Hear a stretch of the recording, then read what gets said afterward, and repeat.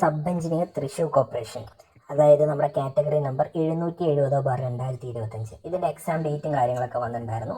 August മാസം 3-ാം തീയതിയാണ് exam വരുന്നത്. അപ്പോൾ ഇതിൻ്റെ വേക്കൻസി നമുക്ക് എക്സ്പെക്ട് ചെയ്യാൻ പറ്റുന്നത് ഒരു 10 വേക്കൻസി അല്ലെങ്കിൽ ഒരു 15 വേക്കൻസീസ് മാത്രമേ നമുക്ക് എക്സ്പെക്ട് ചെയ്യാൻ പറ്റത്തുള്ളൂ. കാരണം ഇതൊരു സബ് എഞ്ചിനീയർ തൃശ്ശൂർ കോർപ്പറേഷനിലേക്ക് വിളിച്ചിരിക്കുന്ന LSGDയുടെ അണ്ടറിൽ വരുന്ന ഒരു പോസ്റ്റാണ്. ഓക്കെ, അപ്പോൾ നമ്മുടെ KSEBയുടെ അണ്ടറിലായിരുന്നെങ്കിൽ നമുക്ക് അത്യാവശ്യം നല്ല വേക്കൻസീസ് ഒക്കെ പ്രതീക്ഷിക്കാമായിരുന്നു. പക്ഷേ ഇതൊരു 10 വേക്കൻസി അല്ലെങ്കിൽ ഒരു 15 വേക്കൻസീസ് മാത്രമേ നമുക്ക് എക്സ്പെക്ട് ചെയ്യാൻ പറ്റത്തുള്ളൂ.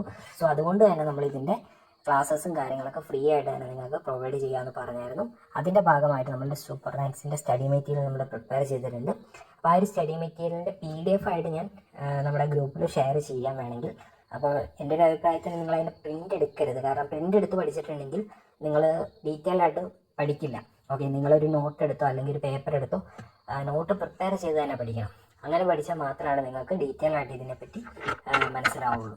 ഓക്കെ, അപ്പോൾ ഇതിൻ്റെ അകത്ത് എക്സാം ഓറിയൻറ്റഡ് ആയിട്ട്, അതായത് മുൻ വർഷങ്ങളിലെ എക്സാമിൽ ചോദിച്ചിരിക്കുന്ന ക്വസ്റ്റ്യൻസും അതുപോലെ തന്നെ അതൊക്കെ പോയിന്റ് വൈസ് നോട്ടായിട്ടും അതുപോലെ തന്നെ ഇനി ചോദിക്കാൻ ചാൻസ് ഉള്ള പോയിന്റ്സ്, എക്സാം ഓറിയൻറ്റഡ് ആയിട്ടുള്ള പോയിന്റ്സ് ഉണ്ടല്ലോ, അതൊക്കെ പോയിന്റ് വൈസ് നോട്ടായിട്ടാണ് നമ്മൾ ഇതിൻ്റെ അകത്ത് തരുന്നത്. ഓക്കെ, അപ്പം നിങ്ങൾ ഇതിൻ്റെ അകത്ത് ടോട്ടൽ ഏകദേശം ഒരു 17 പേജസിലായിട്ട്, ഓക്കെ 17 പേജസിലായിട്ട് നമ്മൾ 10 മൊഡ്യൂൾ, അതായത് 1ാമത്തെ മൊഡ്യൂൾ തൊട്ട് 10ാമത്തെ മൊഡ്യൂൾ വരെയുള്ള കംപ്ലീറ്റ് മൊഡ്യൂളിൻ്റെ നോട്ട് നമ്മൾ ഇതിൻ്റെ അകത്ത് ഫ്രീ ആയിട്ട് തന്നെ നിങ്ങൾക്ക് തരുന്നുണ്ട്. ഓക്കെ, അപ്പോൾ ഇതിൻ്റെ അകത്ത് നിന്ന് ഏകദേശം ഒരു 60 to 70 മാർക്ക് വരെ നിങ്ങൾക്ക് സിമ്പിളായിട്ട് ഡയറക്റ്റായിട്ട് ചിലപ്പോൾ ചോദ്യം വരാം. ഇപ്പം ഞാൻ നേരത്തെ പറഞ്ഞായിരുന്നു, ഇപ്പോൾ ഒരു 100 മാർക്കിൻ്റെ എക്സാം ആണെങ്കിൽ 100 മാർക്കിൽ ഒരു 30 മാർക്ക് അല്ലെങ്കിൽ 20 മാർക്ക് അത്യാവശ്യം ടഫായുള്ള ക്വസ്റ്റ്യൻസ് ആയിരിക്കും. അതായത് കറക്റ്റ് നോക്കി പിടിക്കുന്ന രീതി ഉണ്ടല്ലോ, അതായത് ഡയറക്റ്റ് നോക്കി പിടിക്കാതെ കറങ്ങി വന്ന് നോക്കി പിടിക്കുന്ന ഒരു രീതി ഉണ്ടല്ലോ, ആ രീതിയിലായിരിക്കും ക്വസ്റ്റ്യൻസ് ചോദിക്കുന്നത്. ഓക്കെ, അതായത് 100 മാർക്ക് ഉണ്ടെങ്കിൽ അതായത് ഇതിനകത്തൊരു 20 അല്ലെങ്കിൽ ഒരു 30 മാർക്ക് കറക്റ്റ് നോക്കി പിടിക്കുന്ന രീതിയിലായിരിക്കും ക്വസ്റ്റ്യൻ ചോദിക്കുന്നത്.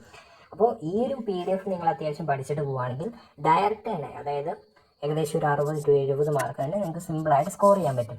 പിന്നെ ഈ ഒരു 20 to 30 മാർക്ക് ഉണ്ടല്ലോ, ഈ 20 to 30 മാർക്ക് നിങ്ങൾ മൈനസ് ആക്കാതിരിക്കുക. അതായത് അറിയാവുന്നത് മാത്രം അറ്റൻഡ് ചെയ്തിട്ട് അറിയില്ലാത്തത് എന്ത് ചെയ്യുക, വിട്ട് കളയാം. ഓക്കെ, അതായത് നിങ്ങൾക്കൊരു 90% അതായിരിക്കും ആൻസർ എന്ന് ഉറപ്പുണ്ടെങ്കിൽ മാത്രമായിരിക്കണം ആ ഒരു ക്വസ്റ്റ്യൻ അറ്റൻഡ് ചെയ്യേണ്ടത്, അല്ലെങ്കിൽ അത് നെഗറ്റീവ് ആയിപ്പോവും.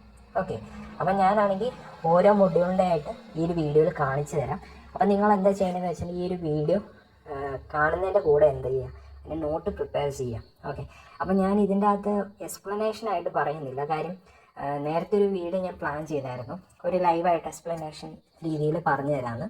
അപ്പോൾ കുറച്ച് മെഡിക്കൽ ഇഷ്യൂസും കാര്യങ്ങളൊക്കെ വന്നുകൊണ്ട് പിന്നെ നമുക്കത് ചെയ്യാൻ പറ്റിയില്ല. പിന്നെ നമ്മൾ കുറച്ച് റിസർച്ചൊക്കെ ചെയ്തിട്ട് മുൻ വർഷങ്ങളിൽ ചോദിച്ചിരിക്കുന്ന ക്വസ്റ്റ്യൻസും അതുപോലെ തന്നെ വരാൻ ചാൻസുള്ള ക്വസ്റ്റ്യൻസിനെയൊക്കെ ബേസ് ചെയ്തുള്ള പോയിന്റ് വൈസ് നോട്ടാണ് നമ്മളിപ്പോൾ തരുന്നത്. ഓക്കെ, വളരെ സിമ്പിളാണ്. സിലബസിനെ ബേസ് ചെയ്തിട്ട് തന്നെയാണ് നമ്മൾ നോട്ട് എഴുതി പ്രിപ്പയർ ചെയ്തിരിക്കുന്നത്. അതായത് സിലബസ് ഏത് ഓർഡറിലാണോ ആ ഒരു ഓർഡറിൽ തന്നെയാണ് നമ്മൾ നോട്ട് പ്രിപ്പയർ ചെയ്തിരിക്കുന്നത്. ഓക്കെ, അപ്പോൾ നിങ്ങളൊരു ബുക്കോ അല്ലെങ്കിൽ ഒരു A4 പേപ്പറോ എന്തെങ്കിലും എടുത്തിട്ട് ഇതിൻ്റെ നോട്ട് ആദ്യം 1ാമത്തെ മൊഡ്യൂളിൻ്റെ തന്നെ നമുക്ക് തുടങ്ങാം. അപ്പോൾ 1ാമത്തെ മൊഡ്യൂൾ ഇലക്ട്രിക്കലിനെ പറ്റിയാണ്. ഓക്കെ, ഞാൻ നേരത്തെ സിലബസ് ഡിസ്കസ് ചെയ്തൊരു വീഡിയോ ചെയ്തായിരുന്നു, അത് കാണാത്തവരുണ്ടെങ്കിൽ അതൊന്ന് പോയി കാണാം. അപ്പോൾ സിലബസ് നിങ്ങൾക്ക് കിട്ടും. ഓക്കെ, അപ്പോൾ 1ാമത്തെ മൊഡ്യൂളിൽ ഇലക്ട്രിക്കലിനെ പറ്റിയാണ് 1ാമത്തെ മൊഡ്യൂളിൽ പറയുന്നത് അല്ലേ. ഇലക്ട്രിക്കലിൻ്റെ ഫണ്ടമെൻ്റൽസ് ഓഫ് ഇലക്ട്രിസിറ്റി എന്ന് പറയുന്ന ഒരു പോർഷനാണ് പറയുന്നത്. അതിൻ്റെ അകത്ത് ആദ്യം പഠിക്കാനുള്ളത് ഇലക്ട്രിക് ചാർജിനെ പറ്റിയാണ്. ഓക്കെ, അപ്പോൾ ഇലക്ട്രിക് ചാർജിൻ്റെ ചെറിയൊരു ഡെഫിനിഷൻ കൊടുത്തിട്ടുണ്ട്, അതുപോലെ തന്നെ അതിൻ്റെ ഫോർമുല കൊടുത്തിട്ടുണ്ട്. ഇപ്പോൾ ഈ ഒരു എക്സാമിനൊക്കെ ഉണ്ടല്ലോ, ഇങ്ങനത്തെ ഫോർമുലയൊക്കെ കാണാപ്പാടം പഠിച്ചു വേണം. കാരണം ഈ ഫോർമുല വെച്ചിട്ട് ചിലപ്പോൾ പ്രോബ്ലംസ് വരാം, അല്ലെങ്കിൽ ഈ ഒരു ഫോർമുല തന്നിട്ട് ഇത് ഏതിൻ്റെ ഫോർമുലയാണെന്ന് ചോദിക്കാം. ഈ ഒരു Q = IT എന്ന് പറയുന്നത് ഇപ്പോൾ നമുക്ക് ഇലക്ട്രിക് ചാർജിൻ്റെ ഫോർമുലയാണ്. ഓക്കെ, അപ്പോൾ ഇതിൻ്റെ അകത്ത് ഈ ഒരു Q = IT എന്ന് പറഞ്ഞ് ചിലപ്പോൾ പ്രോബ്ലം വരാം. അതായത് കറണ്ടും തരും ടൈമും തരും. ഓക്കെ, കറണ്ടും തരും ടൈമും തരും, എന്നിട്ട് അതിൻ്റെ Q കണ്ടുപിടിക്കാനായിരിക്കും ചിലപ്പോൾ ക്വസ്റ്റ്യൻ വരുന്നത്. അല്ലെങ്കിൽ ചിലപ്പോൾ Qവും തരും Iയും തരും, എന്നിട്ട് ടൈം കണ്ടുപിടിക്കാനായിരിക്കും ക്വസ്റ്റ്യൻ വരുന്നത്. ആ രീതിയിലൊക്കെ ചോദിക്കാം. അല്ലെങ്കിൽ ഡയറക്റ്റ് ഇക്വേഷൻ തന്നിട്ട് ഇത് ഏതിൻ്റെ ഇക്വേഷനാണെന്ന് ചോദിക്കാം. ഓക്കെ, പല രീതിയിൽ ഇതിൻ്റെ ക്വസ്റ്റ്യൻസ് വരാം. അപ്പോൾ അതുപോലെ തന്നെ ഇതിൻ്റെ യൂണിറ്റ്സ് വളരെ ഇമ്പോർട്ടൻ്റ് ആണ്. കാരണം പല എക്സാമിനും ഇതിൻ്റെ യൂണിറ്റ് ചോദിക്കുന്നത് കണ്ടിട്ടുണ്ട്, ഇലക്ട്രിക് ചാർജ് യൂണിറ്റ് ഏതാണെന്ന്. ഓക്കെ, അപ്പോൾ യൂണിറ്റ് പഠിച്ചു വെക്കുക. പിന്നെ പണ്ടൊരു എക്സാമിന് ചോദിച്ചതാണ് ഒരു കോളം എത്ര ഇലക്ട്രോണിനോട് ഈക്വൽ ആയിരുന്നു എന്ന്. ഓക്കെ, ഒരു കൂളം എന്ന് പറഞ്ഞിട്ടുണ്ടെങ്കിൽ 6.24 × 10⁻18 ഇലക്ട്രോണിനോട് ഈക്വൽ ആയിരിക്കും. അല്ലെങ്കിൽ ഇതിനെ വേറൊരു രീതിയിൽ നമുക്ക് എഴുതാം. അതായത് 1 കൂളം എന്തിനോട് ഈക്വൽ ആയിരിക്കും? 1 കൂളം എന്ന് പറഞ്ഞാൽ ഒന്ന് നമുക്കിങ്ങനെ അറിയാം, അതായത് 6.24 ഇൻറ്റു 10⁻18 ഇലക്ട്രോണിന്. അതുപോലെ തന്നെ 624 ഇൻറ്റു 10⁻16 ഇലക്ട്രോൺ നമുക്ക് വേണമെങ്കിൽ ഇങ്ങനെ എഴുതാം. അതായത് ഇവിടെ ഒരു പോയിന്റ് ഉണ്ടല്ലോ, ഈ ഒരു പോയിന്റ് നമുക്കത് കളഞ്ഞിട്ട് ഇവിടെ 16 ആക്കി, ഇവിടെ 18 എന്നുള്ളത് ഇവിടെ 16 ആക്കി നമുക്ക് അങ്ങനെ വേണമെങ്കിൽ എഴുതാം. ഓക്കെ, ചിലപ്പോൾ ഓപ്ഷനിൽ ഇങ്ങനെ ആയിരിക്കും തരുന്നത് നിങ്ങൾക്ക്. അപ്പോൾ ആ രീതിയിൽ നിങ്ങൾ എന്ത് ചെയ്യുക, അത് അറ്റൻഡ് ചെയ്യാം. ഓക്കെ, അപ്പോൾ ഇതിൻ്റെ അകത്ത് ഇതിൻ്റെ ചെറിയൊരു ഡെഫിനിഷൻ ഉണ്ട്, അതൊന്ന് പഠിച്ചു വെക്കുക. അതുപോലെ തന്നെ ഇതിൻ്റെ ഫോർമുല പഠിച്ചു വെക്കുക, യൂണിറ്റ് പഠിച്ചു വെക്കുക, പിന്നെ ഈ ഒരു കോൺസ്റ്റൻ്റ് ആയിട്ടുള്ള ഈ ഒരു കാര്യം പഠിച്ചു വെക്കുക. ഇതാണ് നമുക്ക് ഇലക്ട്രിക് ചാർജിന് പഠിക്കാനുള്ളത് മെയിനായിട്ട്. ഇനി നമുക്ക് വോൾട്ടേജ് അല്ലെങ്കിൽ പൊട്ടൻഷ്യൽ ഡിഫറൻസ്. ഓക്കെ, അതിൻ്റെ ആണെങ്കിലും ചെറിയൊരു ഡെഫിനിഷൻ നമ്മൾ കൊടുത്തിട്ടുണ്ട്, അതുപോലെ തന്നെ ഫോർമുല കൊടുത്തിട്ടുണ്ട്, യൂണിറ്റ് കൊടുത്തിട്ടുണ്ട്. ഓക്കെ, ഈ കാര്യങ്ങളാണ് പൊട്ടൻഷ്യൽ ഡിഫറൻസ് അല്ലെങ്കിൽ വോൾട്ടേജിൻ്റെ അകത്ത് ഏറ്റവും ഇമ്പോർട്ടൻ്റ് ആയിട്ടുള്ള കാര്യം. അപ്പോൾ ഇതിൻ്റെ അകത്ത് മജോറിറ്റി പല എക്സാമിന് ചോദിച്ചു വന്നിരിക്കുന്ന ഒരു കാര്യം എന്ന് പറഞ്ഞിട്ടുണ്ടെങ്കിൽ യൂണിറ്റ്സ് തന്നെയാണ്. ഓക്കെ, യൂണിറ്റ് ഏതാണ് ചോദിക്കും, അതായത് വോൾട്ട് എന്ന് പറയുന്നത് ഏതിൻ്റെ യൂണിറ്റാണ്, അല്ലെങ്കിൽ വോൾട്ടേജ് അല്ലെങ്കിൽ പൊട്ടൻഷ്യൽ ഡിഫറൻസിൻ്റെ യൂണിറ്റ് ഏതാണെന്ന് ചിലപ്പോൾ ഡയറക്റ്റ് തന്നെ ക്വസ്റ്റ്യൻ വരാം. ഓക്കെ, അതല്ലെങ്കിൽ ഈ ഫോർമുല വെച്ചിട്ട് ചിലപ്പോൾ പ്രോബ്ലംസ് വരാം, അല്ലെങ്കിൽ ഈ ഫോർമുല തന്നിട്ട് ഇത് ഏതിൻ്റെ ഫോർമുലയാണെന്ന് ചിലപ്പോൾ ചോദിക്കാം. ഓക്കെ, അപ്പോൾ ഇതിനകത്ത് ഈ വി ഒന്നും തരത്തില്ല, W/Q എന്ന് പറയുന്നത് ഏതിൻ്റെ ഫോർമുലയാണ്, അല്ലെങ്കിൽ വോൾട്ടേജിൻ്റെ ഫോർമുല ഏതാണ്, പൊട്ടൻഷ്യൽ ഡിഫറൻസിൻ്റെ ഫോർമുല ഏതാണ്, അങ്ങനെ ആ രീതിയിൽ ചിലപ്പോൾ ക്വസ്റ്റ്യൻസ് വരാം. ഓക്കെ, അപ്പോൾ ഇതിൻ്റെ അകത്ത് ഇപ്പോൾ നമ്മൾ ഇലക്ട്രിക് ചാർജിനെ പറ്റി പറഞ്ഞു, വോൾട്ടേജ് അല്ലെങ്കിൽ പൊട്ടൻഷ്യൽ ഡിഫറൻസിനെ പറ്റി പറഞ്ഞു. ഇതിൻ്റെ അകത്ത് രണ്ടിലും ഈ രീതിയിലൊക്കെ ആയിരിക്കും മെയിനായിട്ട് ക്വസ്റ്റ്യൻസ് നമുക്ക് വരാൻ ചാൻസ്. പിന്നെ ഇലക്ട്രിക് കറണ്ടാണ് എടുത്തത് അല്ലേ. ഇലക്ട്രിക് കറണ്ടിൻ്റെ കേസിലാണെങ്കിൽ ഞാൻ ഇവിടെ ഒരു ചെറിയ ഡെഫിനിഷൻ കൊടുത്തിട്ടുണ്ട്, അതുപോലെ തന്നെ ഒരു ചെറിയ ഫോർമുല കൊടുത്തിട്ടുണ്ട്. ഓക്കെ, അതുപോലെ തന്നെ ഡ്രിഫ്റ്റ് വെലോസിറ്റി കറണ്ട് ഇക്വേഷൻ എന്ന് പറഞ്ഞൊരു ഇക്വേഷൻ നമ്മളിവിടെ കൊടുത്തിട്ടുണ്ട്. അപ്പോൾ ഈ ഒരു ഇക്വേഷൻ നിങ്ങൾ പഠിച്ചു വെക്കണം. മുൻ വർഷങ്ങളിൽ ഒരു ചോദിച്ചേക്കുന്നതാണ്, ഡ്രിഫ്റ്റ് വെലോസിറ്റി കറണ്ട് ഇക്വേഷൻ എന്ന് പറഞ്ഞ് ഒരു ഇക്വേഷൻ ചോദിച്ചിട്ടുണ്ടായിരുന്നു. അതിൻ്റെ ഇക്വേഷൻ ഇതാണ് കേട്ടോ. ഈ ഒരു ഇക്വേഷൻ നിങ്ങൾ എങ്ങനെയും ഒന്ന് പഠിച്ചു വെക്കുക. അതുപോലെ തന്നെ അതിൻ്റെ യൂണിറ്റ്സ് അതും പഠിച്ചു വെക്കുക, അത് വളരെ ഇമ്പോർട്ടൻ്റ് ആയിട്ടുള്ളൊരു കാര്യമാണ്. എല്ലാവർക്കും അറിയാം കറണ്ടിൻ്റെ യൂണിറ്റ് ആംപിയറാണ്. ഓക്കെ, പിന്നെ അതേപോലെ തന്നെ റെസിസ്റ്ററിൻ്റെ അകത്ത് നമുക്ക് നോർമലായിട്ട് റെസിസ്റ്ററിൻ്റെ ഓംസ് ലോ വെച്ചിട്ട് അറിയാമല്ലോ, V=IR ആണ് ഓംസ് ലോ എന്ന് പറഞ്ഞിട്ടുണ്ടെങ്കിൽ. അപ്പോൾ R=V/I. ഈ ഒരു ഇക്വേഷൻ എല്ലാവർക്കും അറിയാം, പക്ഷേ പലർക്കും അറിയില്ലാത്തൊരു ഇക്വേഷനാണ് ഈ ഒരു ഇക്വേഷൻ. ഓക്കെ, ഈ ഒരു ഇക്വേഷൻ വളരെ ഇമ്പോർട്ടൻ്റ് ആണ്, കാണപ്പാടും തന്നെ പഠിച്ചു വെക്കുക. ഓക്കെ, ഇതിൻ്റെ അകത്ത് ഇതെന്ന് പറഞ്ഞിട്ടുണ്ടെങ്കിൽ ഡോയാണ്, അതുപോലെ തന്നെ A. ഓക്കെ, പിന്നെ റെസിസ്റ്റൻസിൻ്റെ യൂണിറ്റ് ഓം ആണെന്ന് അറിയാം. റെസിസ്റ്ററിൻ്റെ ഇക്വേഷൻ ഇതാണ് കേട്ടോ. ഞാനിപ്പോൾ ഇവിടെ ഓംസ് ലോ വെച്ചിട്ട് നമുക്കറിയാമല്ലോ. പിന്നെ അതേപോലെ തന്നെ റെസിസ്റ്റിവിറ്റിയുടെ യൂണിറ്റ് ചിലപ്പോൾ ചോദിക്കാം. ഓക്കെ, പല എക്സാമിനും കണ്ടുവന്നിരിക്കുന്നതാണ്. അതായത് ഇപ്പോൾ റെസിസ്റ്റൻസ് ഒക്കെ സിലബസിലുണ്ടാവും, പക്ഷേ റെസിസ്റ്റിവിറ്റി എന്ന് പറഞ്ഞ സിലബസിൽ സ്പെഷ്യലായിട്ട് എഴുതിയൊന്നും വെച്ചിട്ടുണ്ടാവില്ല. പക്ഷേ റെസിസ്റ്റിവിറ്റിയുടെ യൂണിറ്റ് ഉണ്ടല്ലോ, അത് ചിലപ്പോൾ ചോദിക്കാം. ഓക്കെ, അപ്പോൾ നമ്മളിവിടെ കൊടുത്തേക്കുന്ന ഈ ഇക്വേഷൻ്റെ ടേംസ് ഒക്കെ ഇവിടെ എഴുതി വെച്ചിട്ടുണ്ട്, നിങ്ങൾക്ക് മനസ്സിലാവുന്ന രീതിയിൽ. Resistivity, length, area of cross section. Okay, അപ്പോൾ അതൊക്കെ എഴുതി വെച്ചിട്ടുണ്ട്. അപ്പോൾ റെസിസ്റ്റിവിറ്റിയുടെ യൂണിറ്റ് എന്ന് പറഞ്ഞിട്ടുണ്ടെങ്കിൽ ഓം മീറ്റർ എന്നാണ് റെസിസ്റ്റിവിറ്റിയുടെ ഇക്വേഷൻ. ലെങ്തിൻ്റെ യൂണിറ്റ് എന്താ, മീറ്റർ ആണ്. ഏരിയ ഓഫ് ക്രോസ് സെക്ഷൻ്റെ യൂണിറ്റോ മീറ്റർ സ്ക്വയർ ആണ്. ഓക്കെ, അപ്പോൾ ഇതിൻ്റെ കൂടെ നമ്മൾ ഇത് യൂണിറ്റ് ആണ് കേട്ടോ, ഈ ഒരു ബ്രാക്കറ്റിൽ എഴുതി വെച്ചേക്കുന്നത്. അത് നിങ്ങൾ സിമ്പിളായിട്ട് എന്ത് ചെയ്യുക, അതും പഠിച്ചു വെക്കുക. ഓക്കെ, അതുപോലെ തന്നെ കണ്ടക്റ്റൻസ് എന്ന് പറഞ്ഞൊരു ഭാഗമുണ്ട് നമുക്ക് പഠിക്കാൻ. അപ്പോൾ കണ്ടക്റ്റൻസിൻ്റെ ചിലപ്പോൾ പ്രോബ്ലംസ് ഒക്കെ പല എക്സാമിനും കണ്ടുവന്നിട്ടുണ്ട്. അതായത് കണ്ടക്റ്റൻസ് തരും, എന്നിട്ട് നമ്മുടെ റെസിസ്റ്റൻസ് ഉണ്ടല്ലോ, റെസിസ്റ്റൻസ് കണ്ടുപിടിക്കാൻ, അല്ലെങ്കിൽ റെസിസ്റ്റൻസ് തരും എന്നിട്ട് കണ്ടക്റ്റൻസ് കണ്ടുപിടിക്കാൻ. അപ്പോൾ അതിനൊരു ഫോർമുലയുണ്ട്, G=1/R എന്നാണ് അതിൻ്റെ ഫോർമുല.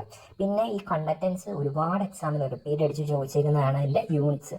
രണ്ട് രീതിയിൽ നമുക്ക് ഇതിൻ്റെ അകത്ത് യൂണിറ്റ് പറയാം. ആ രണ്ട് രീതിയിലുള്ള യൂണിറ്റ് നമ്മളിവിടെ എഴുതിയിട്ടുണ്ട്. ഇത് രണ്ടും പല എക്സാമിനും അങ്ങോട്ടും ഇങ്ങോട്ടൊക്കെ തിരിച്ച് ചോദിച്ചിട്ടുണ്ട്. സോ അതുകൊണ്ടാണ് രണ്ട് എഴുതിയേക്കുന്നത്.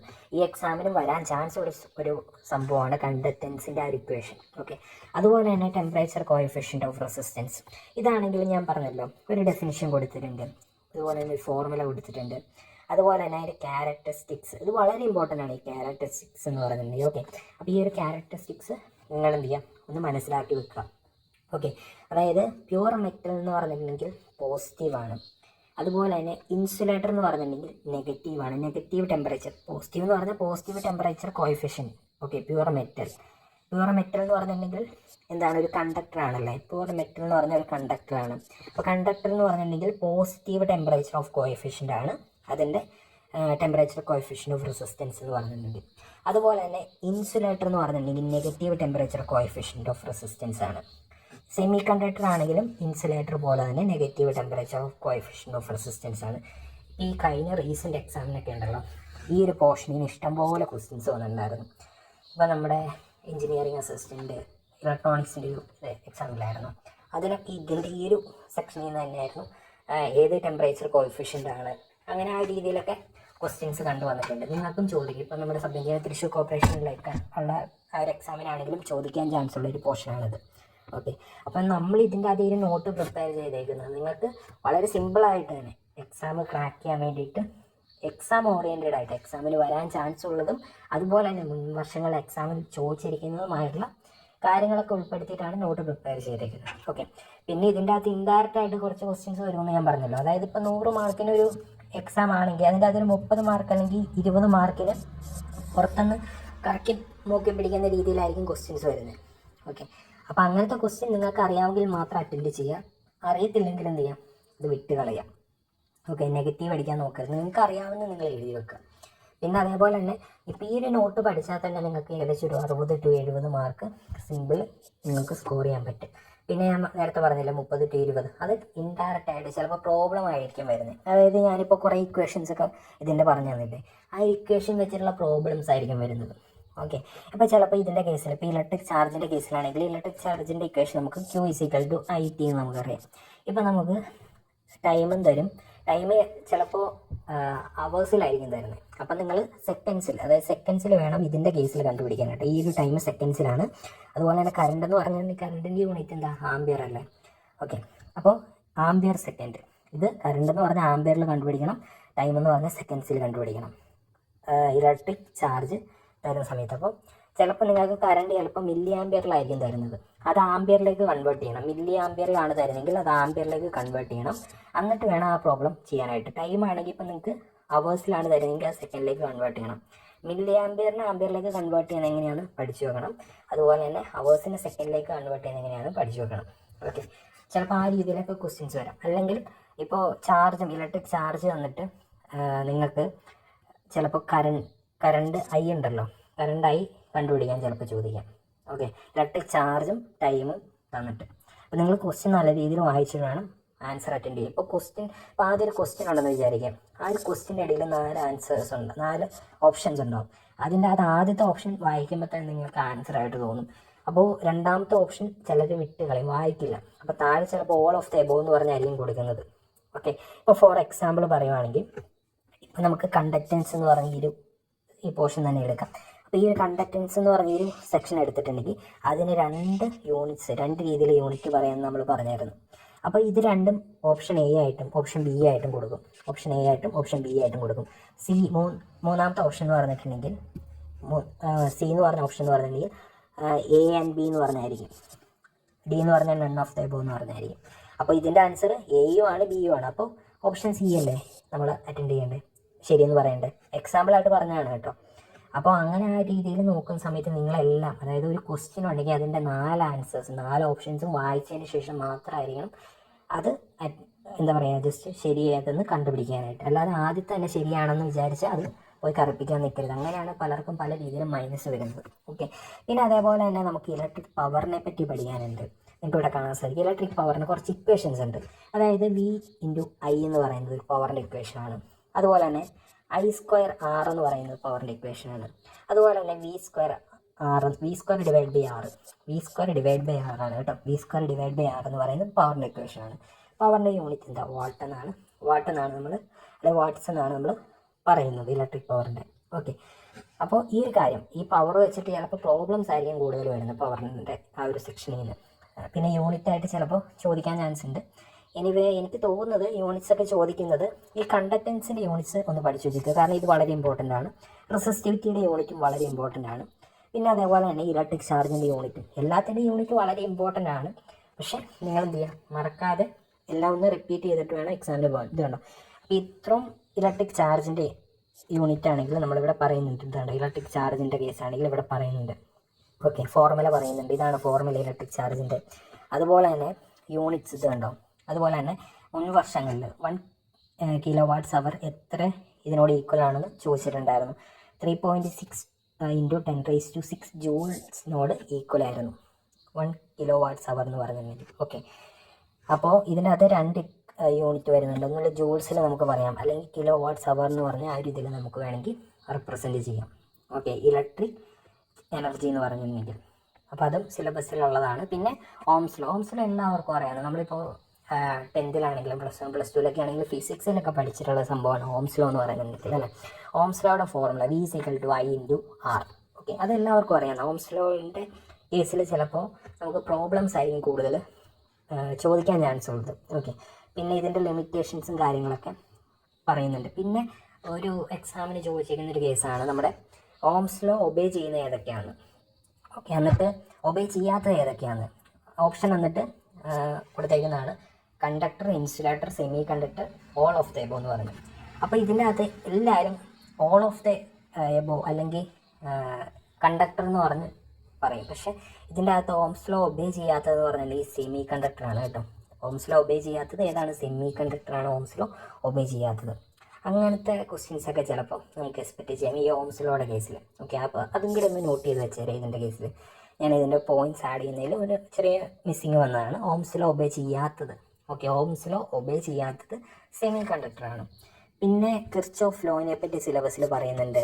അപ്പോൾ അതിൻ്റെ കിർച്ചോഫ് കറണ്ട് ലോ, അതുപോലെ തന്നെ കിർച്ചോഫ് വോൾട്ടേജ് ലോ, ഇത് രണ്ടും ഒന്ന് പഠിച്ചു വെച്ചേക്കുക. കാരണം ഇതിൻ്റെ അകത്ത് ക്വസ്റ്റ്യൻ വരാൻ ചാൻസ് എന്ന് പറഞ്ഞിട്ടുണ്ടെങ്കിൽ law of conservation of charge എന്ന് പറഞ്ഞിട്ടുണ്ടെങ്കിൽ ഏതാണെന്ന് ചോദിക്കും. Law of conservation of charge എന്ന് പറഞ്ഞാൽ ഏതാണെന്ന് ചോദിച്ചിട്ട് 4 ഓപ്ഷൻ തരും. ചിലപ്പോൾ ഒന്നിൽ KCL പറയും, അല്ലെങ്കിൽ KVL എന്ന് പറയും. അങ്ങനെ ചിലപ്പോൾ ഒരു 4 ഓപ്ഷൻസ് തരും.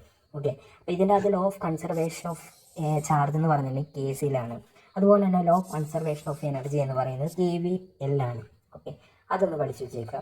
പിന്നെ ഇവിടെ ഒരു കാര്യം നമ്മൾ പറയുന്നുണ്ട്. ഈ ഒരു കാര്യം ജസ്റ്റ് ഒന്ന് വായിച്ച് എന്ത് ചെയ്യുക, അതും പഠിച്ചു വെച്ചേക്കുക. ഇത് എക്സാം ഓറിയൻറ്റഡ് ആയിട്ട് നമ്മൾ പ്രിപ്പയർ ചെയ്തേക്കുന്നതാണ്. പിന്നെ അതുപോലെ തന്നെ കോമ്പിനേഷൻ നെറ്റ്വർക്ക് റൂൾസ്, അതായത് റെസിസ്റ്റർ ഇൻ സീരീസും റെസിസ്റ്റർ ഇൻ പാരലും കാര്യങ്ങളൊക്കെ ഉണ്ടല്ലോ.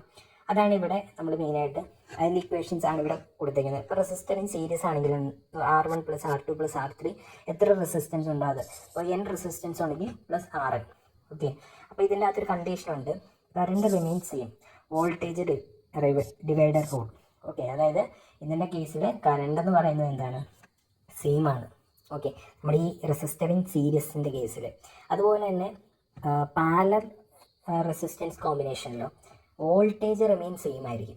ഓക്കെ, സീരീസിൽ കറണ്ടാണ് സെയിം എങ്കിൽ വോൾട്ടേജിൽ പാരലലിൽ വോൾട്ടേജ് ആയിരിക്കും സെയിം. ഓക്കെ, ആ കാര്യം പഠിച്ചു വെക്കണം. കാരണം ആ രീതിയിൽ ചിലപ്പോൾ ക്വസ്റ്റ്യൻസ് വരാം. അതായത് ഇപ്പോൾ നമുക്ക് റെസിസ്റ്റൻസ് സീരീസിൽ ഏതാണ് കോൺസ്റ്റൻ്റ് എന്ന് ചിലപ്പോൾ ക്വസ്റ്റ്യൻ ചോദിക്കാം. എന്നിട്ട് താഴെ ഓപ്ഷൻ വരും voltage constant, power constant, current constant, all of the above എന്ന് പറഞ്ഞ് അങ്ങനെ ചിലപ്പോൾ ക്വസ്റ്റ്യൻ ചോദിക്കാം. അതിനകത്ത് നമ്മൾ നോക്കേണ്ടത് കറണ്ട് കോൺസ്റ്റൻ്റ് ആണ് സീരീസ് റെസിസ്റ്റൻസിൽ. പാരലൽ റെസിസ്റ്റൻസിലാണെങ്കിൽ വോൾട്ടേജ് റിമെയിൻ കോൺസ്റ്റൻറ്റ്, അല്ലെങ്കിൽ വോൾട്ടേജ് റിമെയിൻ സെയിം. കോൺസ്റ്റൻ്റ് അല്ല, voltage remain same. Okay, same ആണ് കേട്ടോ. ഇതുണ്ട് ഇവിടെ എഴുതിയിട്ടുണ്ട് നമ്മൾ ഡീറ്റെയിൽ ആയിട്ട് തന്നെ. ഇതിൻ്റെ അകത്ത് കറണ്ട് ഡിവൈഡർ റൂളാണ് വരുന്നത്. മറ്റേ കേസിൽ വോൾട്ടേജ് ഡിവൈഡർ റൂളാണ്. ഓക്കെ, പിന്നെ അത് കഴിഞ്ഞിട്ട് നമുക്ക് ഫസ്റ്റ് മൊഡ്യൂളിലുള്ള ഒരു പോർഷനാണ് ഇലക്ട്രോസ്റ്റാറ്റിക്സ് എന്ന് പറയുന്നത്. ഇതിൻ്റെ അകത്ത് ഞാൻ നേരത്തെ പറഞ്ഞല്ലോ, അതുപോലെ തന്നെയുള്ള സംഭവങ്ങളൊക്കെയാണ് നമ്മൾ മെയിനായിട്ട്. അതിൻ്റെ ഒരു ഡെഫിനിഷനുണ്ട്, ഫോർമുല ഉണ്ട്, യൂണിറ്റ്സ് പറയുന്നുണ്ട്, പെർമിറ്റിവിറ്റി റിലേഷൻ എന്ന് പറഞ്ഞ ഒരു സംഭവമുണ്ട്. പെർമിറ്റിവിറ്റി ഉണ്ടല്ലോ, പെർമിറ്റിവിറ്റി എന്ന് പറഞ്ഞാൽ അതിൻ്റെ റിലേഷൻ, ചിലപ്പോൾ പെർമിറ്റിവിറ്റിയുടെ ആ റിലേഷനൊക്കെ വളരെ ഇമ്പോർട്ടൻ്റ് ആണ്. പല എക്സാമിനും ചോദിച്ചേക്കുന്നുണ്ട്. അതായത് E = ε0 × εr എന്ന് പറഞ്ഞ ആ ഒരു റിലേഷൻ പല എക്സാമിനും ചോദിച്ച് കണ്ടിട്ടുണ്ട്. അല്ലെങ്കിൽ ഇങ്ങനെയായിരിക്കും ചിലപ്പോൾ എക്സാമിന് കൊടുക്കുന്നത്. അല്ലെങ്കിൽ ഈ ഇക്വേഷനിൽ നിന്ന് തന്നെ നമുക്ക് വേറെ ഇക്വേഷൻ എഴുതാം. അതായത് εr = ε/ε0 ഇങ്ങനെ നമുക്ക് എഴുതത്തില്ലേ, ഈ ഒരു രീതിയിൽ നമുക്ക് എഴുതാം. അപ്പോൾ ഈ ഒരു രീതിയിലുള്ളത് നിങ്ങളൊന്ന് പഠിച്ചു വെച്ചേരെ. അപ്പോൾ ഇതിൽ നിന്ന് നമുക്ക് എടുത്തെഴുതാവുന്നതാണ് ഇത്. ഓക്കെ, ഇങ്ങനത്തെയൊക്കെ ആയിരിക്കും ചിലപ്പോൾ ഇൻഡയറക്റ്റ് ആയിട്ട് ചിലപ്പോൾ ക്വസ്റ്റ്യൻസ് വരുന്നത്. ഓക്കെ, പിന്നെ അതേപോലെ തന്നെ ഇതിൻ്റെ കോൺസ്റ്റൻ്റ് ആയിട്ടുള്ളൊരു ടേം അത് പണ്ടൊരു എക്സാമിന് ചോദിച്ചായിരുന്നു. അപ്പോൾ അത് നമ്മളിവിടെ എഴുതിയിട്ടുണ്ട്. ഓക്കെ, അപ്പോൾ ഇതിൻ്റെ കേസിൽ ഒരു കാര്യം ഇമ്പോർട്ടൻ്റ് ആയിട്ട് ശ്രദ്ധിക്കേണ്ടത് εr എന്ന് പറയുന്ന റിലേറ്റീവ് പെർമിറ്റിവിറ്റി ഉണ്ടല്ലോ, അതെന്ന് പറഞ്ഞിട്ടുണ്ടെങ്കിൽ എയർ അല്ലെങ്കിൽ വാക്വമിൻ്റെ കേസിലുണ്ടല്ലോ അത് 1 ആയിരിക്കും.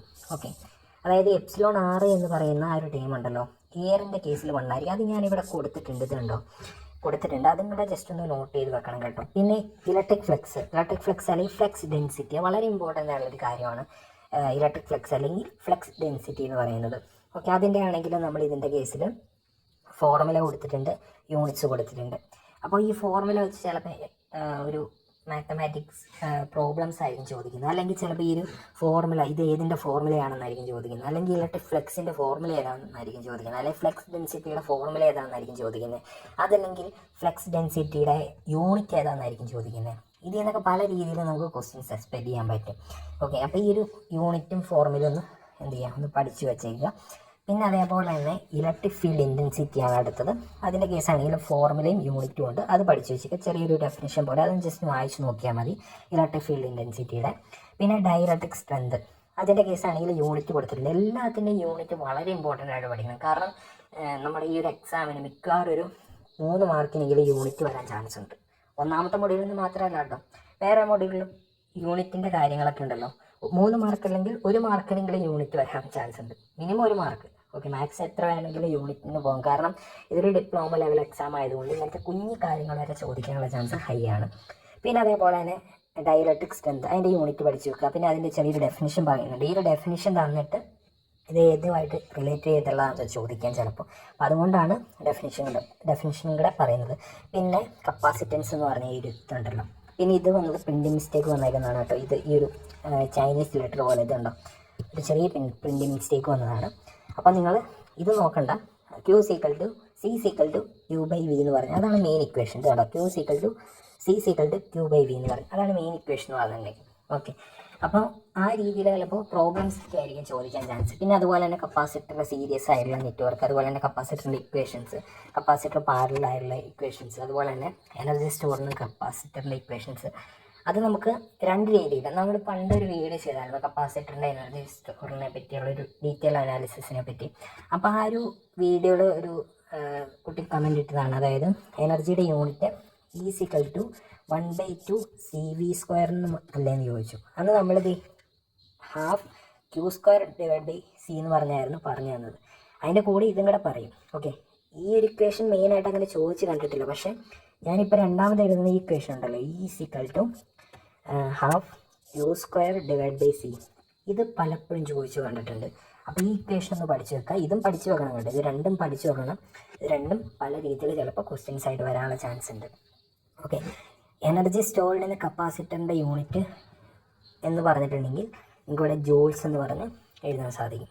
ഓക്കെ, ജൂൾസ് ആണ് അതിൻ്റെ ഇക്വേഷൻ എന്ന് പറഞ്ഞിട്ടുണ്ടെങ്കിൽ. നോർമലായിട്ട് കപ്പാസിറ്റൻസിൻ്റെ ഇക്വേഷൻ ഫാരഡാണ്. ഫാരഡിനെ F എന്ന് പറഞ്ഞ് റെപ്രസെൻറ്റ് ചെയ്യുന്നുണ്ട്. ഓക്കെ, പിന്നെ ലൈറ്റിംഗ് ഫിനോമെൻ എന്ന് പറഞ്ഞ ഒരു സംഭവം കൊടുത്തിട്ടുണ്ട്, അതൊന്ന് വായിച്ച് നോക്കുക. ഓക്കെ, പിന്നെ ഇലക്ട്രോ മാഗ്നറ്റിക്സ് എന്ന് പറഞ്ഞൊരു ഭാഗമാണ് നമുക്ക് ഫസ്റ്റ് മൊഡ്യൂളിൽ അടുത്ത് നോക്കാനുള്ളത്. അതായത് മാഗ്നറ്റിക് പാരാമീറ്റേഴ്സ്, അതായത് മാഗ്നറ്റിക് ഫ്ലക്സിനെ പറ്റി പറയുന്നുണ്ട്. മാഗ്നറ്റിക് ഫ്ലക്സിൻ്റെ ഒരു ചെറിയ ഡെഫിനിഷൻ കൊടുത്തിട്ടുണ്ട്. യൂണിറ്റ്സ് ഇവിടെയാണ് കൊടുത്തിരിക്കുന്നത്, വെബർ എന്നാണ് മാഗ്നറ്റിക് പാരാമീറ്റേഴ്സ്. അതിൽ മാഗ്നറ്റിക് ഫ്ലക്സിൻ്റെ യൂണിറ്റ് എന്ന് പറഞ്ഞിട്ടുണ്ടെങ്കിൽ. ഓക്കെ, അതുപോലെ തന്നെ മാഗ്നറ്റിക് ഫ്ലക്സ് ഡെൻസിറ്റി, അതിൻ്റെ ആണെങ്കിലും യൂണിറ്റ്സ് ഇതുപോലെ തന്നെ ഫോർമുല കൊടുത്തിട്ടുണ്ട്. അതുപോലെ തന്നെ യൂണിറ്റ്സ് ഇവിടെ ബ്രാക്കറ്റിൽ നമ്മൾ കൊടുത്തിട്ടുണ്ട്. മാഗ്നറ്റോമോട്ടീവ് ഫോഴ്സ് MMFൻ്റെ ഒരു ചെറിയ ഡെഫിനിഷൻ കൊടുത്തിട്ടുണ്ട്. അതുപോലെ തന്നെ ഫോർമുല കൊടുത്തിട്ടുണ്ട്, യൂണിറ്റ് കൊടുത്തിട്ടുണ്ട്. അതുപോലെ തന്നെ അടുത്തത് നമ്മളിവിടെ കൊടുത്തിട്ടുണ്ട്. പിന്നെ ഇത് അടുത്തൊരു കാര്യമാണ്, ജസ്റ്റ് ഇത് എന്ത് ചെയ്യാം, ഒന്ന് ഈ ഒരു കോൺസ്റ്റൻറ്റ് ഇക്വേഷൻ ഉണ്ടല്ലോ, ഇതൊന്ന് പഠിച്ചു വെച്ചേക്കാൻ കാണപ്പെടാം. കാരണം ഇത് ചിലപ്പോൾ മാഗ്നറ്റിക് പെർമിറ്റിവിറ്റി കോൺസ്റ്റൻ്റ് എന്ന് പറഞ്ഞ് ഇങ്ങനെ ചിലപ്പോൾ ഓപ്ഷനിൽ ഇത് ചോദിച്ചേക്കാം. ഓക്കെ, അപ്പോൾ അതുപോലെ തന്നെ ഇലക്ട്രോ മാഗ്നറ്റിക് ഇൻഡക്ഷൻ ലോസ് അത് ഏതൊക്കെയാണെന്ന് ചോദിക്കാം. ഫാരഡേസ് ഫസ്റ്റ് ലോ ഉണ്ട്, ഫാരഡേസ് സെക്കൻഡ് ലോസ് ഉണ്ട്, ലെൻസസ് ലോ ഉണ്ട്. ഓക്കെ, ഈ 3 ലോസാണ് നമുക്ക് സിലബസിൽ അവർ കൊടുത്തേക്കുന്നത്. അപ്പോൾ ഇതിൻ്റെ അകത്ത് അതിന് ചെറിയൊരു ഡെഫിനിഷൻ കൊടുത്തിട്ടുണ്ട്. പിന്നെ രണ്ടാമത്തെ ലോയുടെ ഒരു ഇമ്പോർട്ടൻറ്റ് ഇക്വേഷൻ ഉണ്ട്, അതൊന്ന് പഠിച്ചു വെച്ചേക്കാം. പിന്നെ ഇവിടെ ഒരു നെഗറ്റീവ് സൈൻ ഉണ്ട് കേട്ടോ, ഇതും ഓർത്ത് വെക്കണം. പിന്നെ അതേപോലെ തന്നെ ഈ ലെൻസസ് ലോ ഉണ്ടല്ലോ, ലെൻസസ് ലോ ഒരു രീതി ചോദിച്ചിട്ടുണ്ട് ഒരു എക്സാമിന്. Law of conservation of energy എന്ന് പറയുന്നത് ഏത് ലോ ആണെന്ന്. അപ്പോൾ ഇത് കണ്ടോ, law of conservation of energy Lenz's law ആണ്. ഓക്കെ, അതുപോലെ തന്നെ ഇൻഡക്റ്റൻസ് എന്ന് പറഞ്ഞ ഒരു topic, self inductance, mutual inductance, coupling coefficients, energy stored, അതായത് ഇൻഡക്റ്റൻസിൻ്റെ ആ ഒരു ബേസിക് ആയിട്ടുള്ള കാര്യങ്ങളൊക്കെയാണ് കൊടുത്തേക്കുന്നത്. അതിൻ്റെ അത് കുറേ ഫോർമുലാസ് ആണ്. അപ്പോൾ ഈ ഒരു ഫോർമുലയൊക്കെ ചിലപ്പോൾ ഞാൻ പറഞ്ഞല്ലോ മാത്തമാറ്റിക്കൽ പ്രോബ്ലംസ് ആയിട്ട് വരാം, അല്ലെങ്കിൽ ഒരു ഫോർമുല തന്നിട്ട് ഇത് ഏതിൻ്റെയാണെന്ന് ചോദിക്കാം. അതുപോലെ തന്നെ ഇതിൻ്റെ അകത്ത് ചിലപ്പോൾ യൂണിറ്റ്സ് ഉണ്ടെങ്കിൽ ആ യൂണിറ്റ്സ് ഒക്കെ ഒന്ന് പഠിച്ചു വെച്ചേക്കാം. പിന്നെ അതേപോലെ തന്നെ directional rules, Fleming right hand rule, അതുപോലെ തന്നെ ഫ്ലെമിംഗ് ലെഫ്റ്റ് ഹാൻഡ് റൂള്, അങ്ങനത്തെ കാര്യങ്ങളൊക്കെയാണ് ഇതിനകത്ത് പഠിക്കാനുള്ളത്. ഇത് നമ്മൾ ഡീറ്റെയിൽ ആയിട്ട് നമ്മുടെ DC generators and DC Motors എന്ന് പറയുന്ന ഒരു കേസ് ഉണ്ടല്ലോ, നമ്മുടെ മൊഡ്യൂൾ 5 ആണെന്ന് എനിക്ക് തോന്നുന്നു. അതിനകത്ത് ഇതിനെപ്പറ്റി ഡീറ്റെയിൽ ആയിട്ട് പഠിക്കാനുണ്ട്. അപ്പോൾ ഇതിൻ്റെ അകത്ത് ചിലപ്പോൾ ഫ്ലെമിംഗ് റൈറ്റ് ഹാൻഡ് റൂളിൻ്റെ തമ്പ് എന്തിനെ റെപ്രസെൻറ്റ് ചെയ്യുന്നു, അല്ലെങ്കിൽ ഫോർ ഫിംഗർ എന്തിനെ റെപ്രസെൻറ്റ് ചെയ്യുന്നു, അല്ലെങ്കിൽ മിഡിൽ ഫിംഗർ എന്തിനെ റെപ്രസെൻറ്റ് ചെയ്യുന്നു. പിന്നെ അതുപോലെ തന്നെ ഇപ്പോൾ ലെഫ്റ്റിൻ്റെ ആണെങ്കിലും ആ സെയിം സംഭവം അത് എന്തിനെ റെപ്രസെൻറ്റ് ചെയ്യുന്നു, ആ രീതിയിലൊക്കെ ക്വസ്റ്റ്യൻസ് വരാം. പിന്നെ അതേപോലെ തന്നെ ഈ മോട്ടറിൻ്റെ വർക്കിംഗ് പ്രിൻസിപ്പിൾ എന്ന് പറഞ്ഞ് ഒരു തവണ ചോദിച്ചതാണ്. വർക്കിംഗ് പ്രിൻസിപ്പിൾ ഓഫ് മോട്ടർ എന്ന് പറഞ്ഞ് ഏത് ലോയുമായിട്ട് റിലേറ്റ് ചെയ്തിട്ടുള്ളതാണെന്ന്. ആക്ച്വലി വർക്കിംഗ് പ്രിൻസിപ്പിൾ എന്ന് പറഞ്ഞിട്ടുണ്ടെങ്കിൽ ഫാരഡേസ് ലോ ആണ്, പക്ഷേ അതിൻ്റെ അകത്ത് ഒരു തവണ ആൻസർ കീയിൽ വന്നതെന്ന് പറഞ്ഞിട്ടുണ്ടെങ്കിൽ ഫ്ലെമിങ്സ് ലെഫ്റ്റ് ഹാൻഡ് റൂൾ എന്ന് പറഞ്ഞാണ്. ഓക്കെ, ആൻസർ കീയിൽ വന്നത് മോട്ടേഴ്സിൻ്റെ. ഓക്കെ, ജനറേറ്റേഴ്സിൻ്റെ ആണെങ്കിൽ ഫ്ലെമിങ്സ് റൈറ്റ് ഹാൻഡ് റൂൾ. അപ്പോൾ അതുകൊണ്ട് അതിൻ്റെ തമ്പ് എന്തിനെ റെപ്രസെൻറ്റ് ചെയ്യുന്നു, ആ കാര്യങ്ങളൊക്കെ ഒന്ന് പഠിച്ചു വെച്ചേക്കും.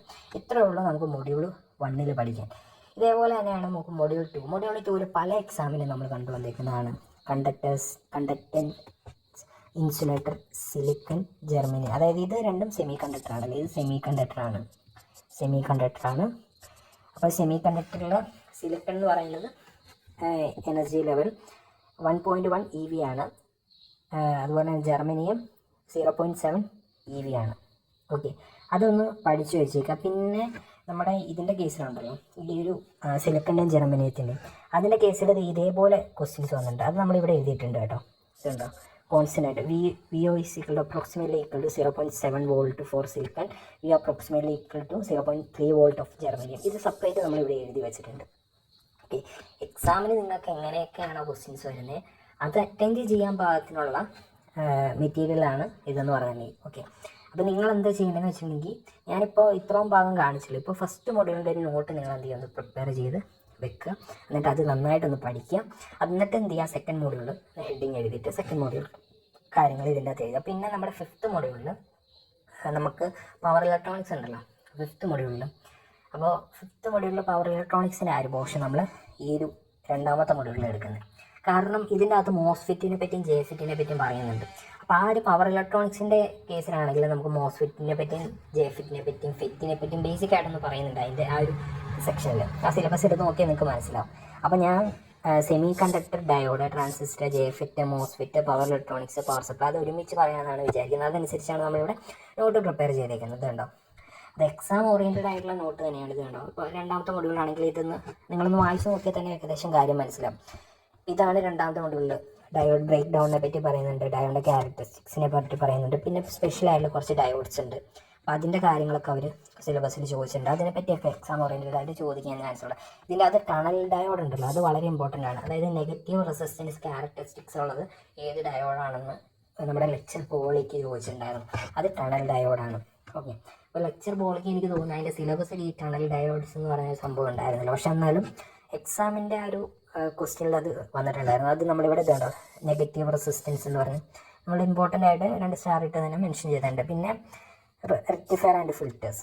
ഓക്കെ, ഇതിൻ്റെയൊക്കെ നിങ്ങൾ പറ്റുവാണെങ്കിലുണ്ടല്ലോ ആ ഫിഗറും കൂടെ ഒന്ന് പഠിച്ചു വെച്ചേക്കുക. ഞാൻ ഇതിൻ്റെ അകത്ത് ഫിഗർ കൊടുക്കാത്തത് ഇതൊരു പെട്ടെന്ന് നിങ്ങൾക്ക് ക്യാച്ച് ചെയ്ത് നോട്ട് പ്രിപ്പയർ ചെയ്യാൻ പറ്റുന്ന രീതിയിലുള്ളൊരു നോട്ടായിട്ടാണ് ഞാനിത് കൂട്ടേക്കുന്നത്. ഓക്കെ, അപ്പോൾ ഇതിൻ്റെ അകത്ത് ഈ ഫിഗർ പഠിച്ചു വെക്കാൻ കാര്യം എന്ന് പറഞ്ഞിട്ടുണ്ടെങ്കിൽ ഈ ഹാഫ് വേവ് റെക്ടിഫയറിൽ എത്ര ഡയോഡ് യൂസ് ചെയ്യാമെന്ന് ചിലപ്പോൾ ക്വസ്റ്റ്യൻ വരാം. ഹാഫ് വേവ് റെക്ടിഫയറിൽ ഒരു ഡയോഡ് യൂസ് ചെയ്യുള്ളൂ.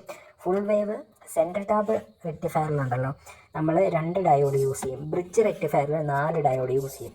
ഇതൊന്ന് നോട്ട് ചെയ്ത് വെച്ചാൽ ഓക്കെ. അപ്പോൾ അത് ഫിഗർ നോക്കിയില്ലെങ്കിലും കുഴപ്പമില്ല, ഈ കാര്യം ഒന്ന് മനസ്സിലാക്കി വെച്ചാൽ മതി. അതുപോലെ തന്നെ ഫിൽറ്ററിൻ്റെ കേസാണെങ്കിൽ ഈ ഒരു ഇക്വേഷൻ ഒന്ന് വളരെ ഇമ്പോർട്ടൻ്റ് ആയിട്ട് പഠിച്ചു വെച്ചാൽ ഇതൊരു എക്സാമിന് നമുക്കിങ്ങനെ ഇക്വേഷൻ ഇതിൻ്റെ ആണെന്ന് ചോദിച്ചിട്ടുണ്ടായിരുന്നു. ഷണ്ട് കപ്പാസിറ്റർ ഫിൽറ്റർ റിപ്പിൾ ഫാക്ടറിൻ്റെ ആ ഒരു ഇക്വേഷൻ ചോദിച്ചിട്ടുണ്ടായിരുന്നു. ഓക്കെ, അതുപോലെ തന്നെ അടുത്തത് BJT ആണ്. BJT ആണെങ്കിൽ നിങ്ങളൊന്ന് വായിച്ച് നോക്കിയാൽ മതി. Common base, common emitter, common collector, അതിൻ്റെ കോൺഫിഗറേഷനെ പറ്റിയാണ് പറയുന്നത്. പിന്നെ ബയാസിങ് പാരാമീറ്റേഴ്സിനെ പറ്റി പറയുന്നുണ്ട്. അടുത്തത് ഫീൽഡ് എഫക്ട് ട്രാൻസിസ്റ്റർ ആണ്. ഇപ്പോൾ ഞാൻ ഇങ്ങനെ കാണിക്കുമ്പോൾ തന്നെ നിങ്ങൾക്ക് നോട്ട് പ്രിപ്പയർ ചെയ്യാൻ പോകാൻ പറ്റുമെന്ന് തോന്നി. ഇതൊന്ന് വായിച്ച് നോക്കിയാൽ മതി. ഓക്കെ, നമ്മുടെ വീഡിയോ സ്റ്റോപ്പ് ചെയ്ത് വെച്ചിട്ട് വായിച്ച് നോക്കിയാൽ മതി. ഫീൽഡ് എഫക്ട് ട്രാൻസിസ്റ്റർ ഒപ്റ്റോ ഇലക്ട്രോണിക്സിനെ പറ്റി പറയുന്നുണ്ട്. ഒപ്റ്റോ ഇലക്ട്രോണിക്സിൻ്റെ അകത്തും അതുപോലെ തന്നെ ഫീൽഡ് എഫക്ട് ട്രാൻസിസ്റ്ററിൻ്റെ ആ ഒരു നോട്ടാണ് ഇത് കേട്ടോ. അതിൻ്റെ അത് ആദ്യം ഫിറ്റാണ്. ഫിറ്റിൻ്റെ അകത്ത് ക്ലാസിഫൈ ചെയ്തിരിക്കുന്നത് ജെ ഫിറ്റ് എന്നും മോസ്ഫിറ്റ് എന്നും പറഞ്ഞ് രണ്ടായിട്ട് ക്ലാസിഫൈ ചെയ്തിട്ടുണ്ട്. അതുപോലെ തന്നെ അത് കഴിഞ്ഞ് നമുക്ക് യു ജെ ടി നമ്മുടെ പവർ ഇലക്ട്രോണിക്സിൻ്റെ ആ ഒരു ഇതിലുള്ളതാണ് കേട്ടോ. അപ്പോൾ അത് ഞാൻ ഇത് പഠിപ്പിക്കുന്നു. ഇതിൻ്റെ അകത്തും ഒരു സെക്കൻഡ് മോഡ്യൂളിൻ്റെ അകത്തും യു.ജെ.ടിനെ പറ്റി ചെറുതായിട്ട് പറയുന്നുണ്ട്. അപ്പോൾ അതിൻ്റെ അകത്ത് എക്സാം ഓറിയൻറ്റഡ് ആയിട്ട് ചോദിക്കാൻ ചാൻസുള്ള എല്ലാ കാര്യങ്ങളും ഒപ്റ്റോ ഇലക്ട്രോണിക് ഡിവൈസിലാണെങ്കിലും ഒപ്റ്റോ ഇലക്ട്രോണിക് സ്റ്റാൻഡേർഡ്സ് എന്ന് പറഞ്ഞ് നമ്മൾ ആ ഒരു രീതിയിൽ പോയിൻ്റ് ആയിട്ട് കൊടുത്തിട്ടുണ്ട്. LDR, LED, LCD, ഒപ്റ്റോ കപ്പിളർ എന്ന് പറഞ്ഞു. ഓക്കെ, ഓരോന്നിനും സെപ്പറേറ്റ് കൊടുത്തിട്ടുണ്ട്. നിങ്ങൾക്ക് ഇവിടെ നോക്കിയാൽ കാണാൻ സാധിക്കും. ജസ്റ്റ് ഒന്ന് വായിച്ച് നോക്കിയാൽ മതി. വായിച്ചാൽ മനസ്സിലാവുന്ന രീതിയിൽ തന്നെയാണ് പോയിന്റ് വൈസ് നോട്ട് കൊടുത്തേക്കുന്നത്. ഇനിയിപ്പോൾ 4ാമത്തെ സെക്ഷൻ എന്ന് പറഞ്ഞിട്ടുണ്ടെങ്കിൽ പവർ ഇലക്ട്രോണിക്സ് ആൻഡ് സപ്ലൈസ് എന്ന് പറഞ്ഞ ഒരു സെക്ഷനാണ്. ഓക്കെ, ഇതിൻ്റെ അകത്ത് SCRനെ പറ്റി പറയുന്നുണ്ട്, ഡയാക്കിനെ പറ്റി പറയുന്നുണ്ട്, ട്രയാക്കിനെ പറ്റി പറയുന്നുണ്ട്. ഇതിൻ്റെ അകത്ത് വളരെ ഇമ്പോർട്ടൻ്റ് ആയിട്ട് പഠിക്കേണ്ട ഒരു കേസ് എന്ന് പറഞ്ഞിട്ടുണ്ടെങ്കിൽ ഇതിൻ്റെ അകത്ത് കൊടുത്തേക്കുന്ന എല്ലാ കാര്യവും നിങ്ങൾ പഠിച്ചു വെക്കണം. കാരണം ഇതിൻ്റെ അകത്ത് ഇപ്പം ട്രയാക്ക് എന്ന് പറയുന്നത് യൂണി ഡയറക്ഷണൽ ഡിവൈസ് ആണോ എന്ന് ചിലപ്പോൾ ചോദിക്കാം.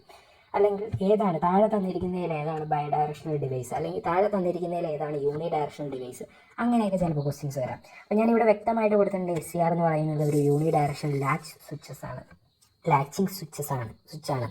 അതുപോലെ തന്നെ ട്രയാക്ക് എന്ന് പറഞ്ഞാൽ bidirectional device, bidirectional 3 terminal AC സ്വിച്ചാണെന്ന് ഞാനിവിടെ ഡയറക്റ്റ് കൊടുത്തിട്ടുണ്ട്. ഓക്കെ, അതുപോലെ തന്നെ ഡയാക്ക് എന്ന് പറയുന്നത് ബൈ ഡയറക്ഷൻ 3 ലെയർ ഡയോഡ് സ്വിച്ചാണ്. ഓക്കെ, അപ്പോൾ ഇങ്ങനെയായിരിക്കും ചിലപ്പോൾ നിങ്ങളോട് ആൻസർ കീയിൽ കാണിക്കുന്നത്, അല്ലെങ്കിൽ ചിലപ്പോൾ ഇങ്ങനെയായിരിക്കും ക്വസ്റ്റ്യൻ വരുന്നത്. അതായത് നമ്മുടെ bi direction 3 layer diode switch ഏതാണെന്ന് ക്വസ്റ്റ്യൻസ് വരാം. അതിൻ്റെ അകത്ത് താഴെ ഓപ്ഷൻ വരും ട്രയാക്ക്, ഡയാക്ക്, SCR, അതുപോലെ തന്നെ വേറെ ഏതെങ്കിലും ഒരു ഓപ്ഷൻ വരും, അല്ലെങ്കിൽ ഓൾ ഓഫ് ദ എബോവ്. അതിനകത്ത് bi direction 3 layer diode switch എന്ന് പറയുന്നത് ഏതാണ്? ഡയാക്കാണ്. ഓക്കെ, പിന്നെ അതേപോലെ തന്നെ ഇതിൻ്റെ അകത്ത് പവർ മാനേജ്മെൻറ്റ് ഫ്രെയിം വർക്ക് എന്ന് പറഞ്ഞ കുറച്ച് കാര്യങ്ങൾ പറയുന്നുണ്ട്. അതായത് റെഗുലേറ്റഡ് ലീനിയർ പവർ സപ്ലൈനെ പറ്റിയും അതുപോലെ തന്നെ SMPSനെ പറ്റിയും ഓൺലൈൻ UPSനെ പറ്റിയും ഓഫ്ലൈൻ UPSനെ പറ്റിയാണ് അത് മെയിനായിട്ട് പറയുന്നത്. ഓക്കെ, ഇത്രയേ ഉള്ളൂ നമ്മുടെ സെക്കൻഡ് മോഡ്യൂൾ. അപ്പോൾ ഇതിൻ്റെ അകത്ത് ജസ്റ്റ് എന്ത് ചെയ്യുക, നിങ്ങളൊന്ന് വായിച്ച് നോക്കിയാൽ മനസ്സിലാവുന്ന കാര്യങ്ങളൊക്കെ തന്നെയാണ് ഇതിൻ്റെ അകത്ത് കൊടുത്തേക്കുന്നത്. ഇതിൻ്റെ അകത്ത് കുറച്ച് ഇക്വേഷൻസും കൊടുത്തിട്ടുണ്ട്, കുറച്ച് ഇമ്പോർട്ടൻറ്റ് ടേംസും കൊടുത്തിട്ടുണ്ട്. അപ്പോൾ അതൊക്കെ പല എക്സാമിന് ഇപ്പോൾ നമ്മുടെ ഹാഫ് വേവ് റെക്ടിഫയറിലേക്കാണെങ്കിൽ ഇതുണ്ടോ, റിപ്പിൾ ഫാക്ടർ വളരെ ഇമ്പോർട്ടൻ്റ് ആണ്, എഫിഷ്യൻസി ഇമ്പോർട്ടൻ്റ് ആണ്. സെൻട്രൽ ടാപ്പ് ഫുൾ വേവ് റെക്ടിഫയറിലാണെങ്കിലും എഫിഷ്യൻസി, റിപ്പിൾ ഫാക്ടർ, അതുപോലെ തന്നെ PIV, transformer utilisation factor, TUF, അതൊക്കെ വളരെ ഇമ്പോർട്ടൻ്റ് ആണ്. അതൊക്കെ ഒന്ന് എന്ത് ചെയ്യുക, കാണപ്പാടെങ്കിലും നിങ്ങളൊന്ന് പഠിച്ചു വെക്കുക. ഓക്കെ, അപ്പോൾ അതത്രേ ഉള്ളൂ. അപ്പോൾ ഇതിൻ്റെ അകത്ത് സെക്കൻഡ് മോഡ്യൂൾ നമ്മൾ കഴിഞ്ഞു. ഇനിയിപ്പോൾ തേർഡ് മോഡ്യൂളാണ്. തേർഡ് മോഡ്യൂൾ എന്ന് പറയുകയാണെങ്കിൽ fundamentals of AC system, safety, first aid, battery and solar എന്ന് പറയുന്ന ഒരു കൺസെപ്റ്റാണ്. അതായത് ഏകദേശം നമ്മുടെ ഒരു ഇലക്ട്രിക്കലിൻ്റെ ഒരു ബേസിക്സ് ആയിട്ടുള്ള ഫസ്റ്റ് മോഡ്യൂളിൻ്റെ ബാലൻസ് എന്ന് വേണമെങ്കിൽ പറയാം നമുക്ക് തേർഡ് മോഡ്യൂൾ എന്ന് പറഞ്ഞിട്ടുണ്ട്. ഓക്കെ, അപ്പോൾ അങ്ങനത്തെ ഒരു മോഡ്യൂളാണ്. ഇതിൻ്റെ അകത്താണെങ്കിലും AC ജനറേഷൻ ഇക്വേഷൻ എന്ന് പറഞ്ഞ് കുറച്ച് ഇക്വേഷൻസ് കൊടുത്തിട്ടുണ്ട്. അതുപോലെ തന്നെ വേവ് ഫോം പാരാമീറ്റേഴ്സ്, ഇക്വേഷൻസ് ഒക്കെ വളരെ ഇമ്പോർട്ടൻ്റ് ആയിട്ട് പഠിച്ചു വെക്കണം കേട്ടോ. പിന്നെ അതുപോലെ തന്നെ യൂട്ടിലിറ്റി കോൺസ്റ്റൻറ്റ് ഇൻ ഇന്ത്യ, അതായത് അതിന് എത്ര ഹെഡ്സാണ് നമ്മുടെ ഇന്ത്യയിൽ യൂസ് ചെയ്യുന്നത്. ഒരു എക്സാമിന് ചോദിച്ചാണ് നമ്മുടെ ഇന്ത്യയിൽ യൂസ് ചെയ്യുന്നത് എത്ര ഹെഡ്സ് ആണെന്ന്. അപ്പോൾ 50 ഹെഡ്സാണ് നമ്മൾ കോമൺലി ഇന്ത്യയിൽ യൂസ് ചെയ്യുന്നത്. പുറം രാജ്യത്തൊക്കെയാണെങ്കിൽ വ്യത്യാസം വരും. നമ്മുടെ ഇന്ത്യയുടെ ബേസിലൊക്കെ ആയിരിക്കും കൂടുതൽ ക്വസ്റ്റ്യൻസ് അങ്ങനെയൊക്കെ ചോദിക്കുന്നത്. അപ്പോൾ ഈ ഒരു കാര്യം ഇമ്പോർട്ടൻ്റ് ആയിട്ട് പഠിച്ചു വെക്കണം കേട്ടോ. അപ്പോൾ അതുപോലെ തന്നെ വേവ് ഫോം പാരാമീറ്റേഴ്സ്, അതുപോലെ തന്നെ ബാലൻസ് ഉള്ള കാര്യങ്ങളൊക്കെ ഉണ്ടല്ലോ, ഇതൊക്കെ ഒന്ന് ജസ്റ്റ് ഒന്ന് വായിച്ച് നോക്കിയാൽ തന്നെ നിങ്ങൾക്ക് മനസ്സിലാവും. പിന്നെ ഇലക്ട്രിക്കൽ സേഫ്റ്റി, ഫസ്റ്റ് എയ്ഡ്, അങ്ങനത്തെ കാര്യങ്ങൾ, അതൊക്കെ ജസ്റ്റ് ഓരോ പോയിന്റ് വൈസ് പോയിന്റ് ആയിട്ട് നമ്മൾ ഇതിനകത്ത് കൊടുത്തിട്ടുണ്ട്. ഇമ്പോർട്ടൻ്റ് ആയിട്ടുള്ള കാര്യങ്ങൾ, അതുപോലെ തന്നെ ചോദിക്കാൻ ചാൻസുള്ള കാര്യങ്ങളൊക്കെ തന്നെയാണ് പോയിന്റ്സ് ആയിട്ട് കൊടുത്തേക്കുന്നത്. ഇതൊക്കെ ഒന്ന് എന്ത് ചെയ്യുക, ഒന്ന് വായിച്ച് നോക്കുമ്പോൾ തന്നെ നിങ്ങൾക്ക് കാര്യം മനസ്സിലാവും.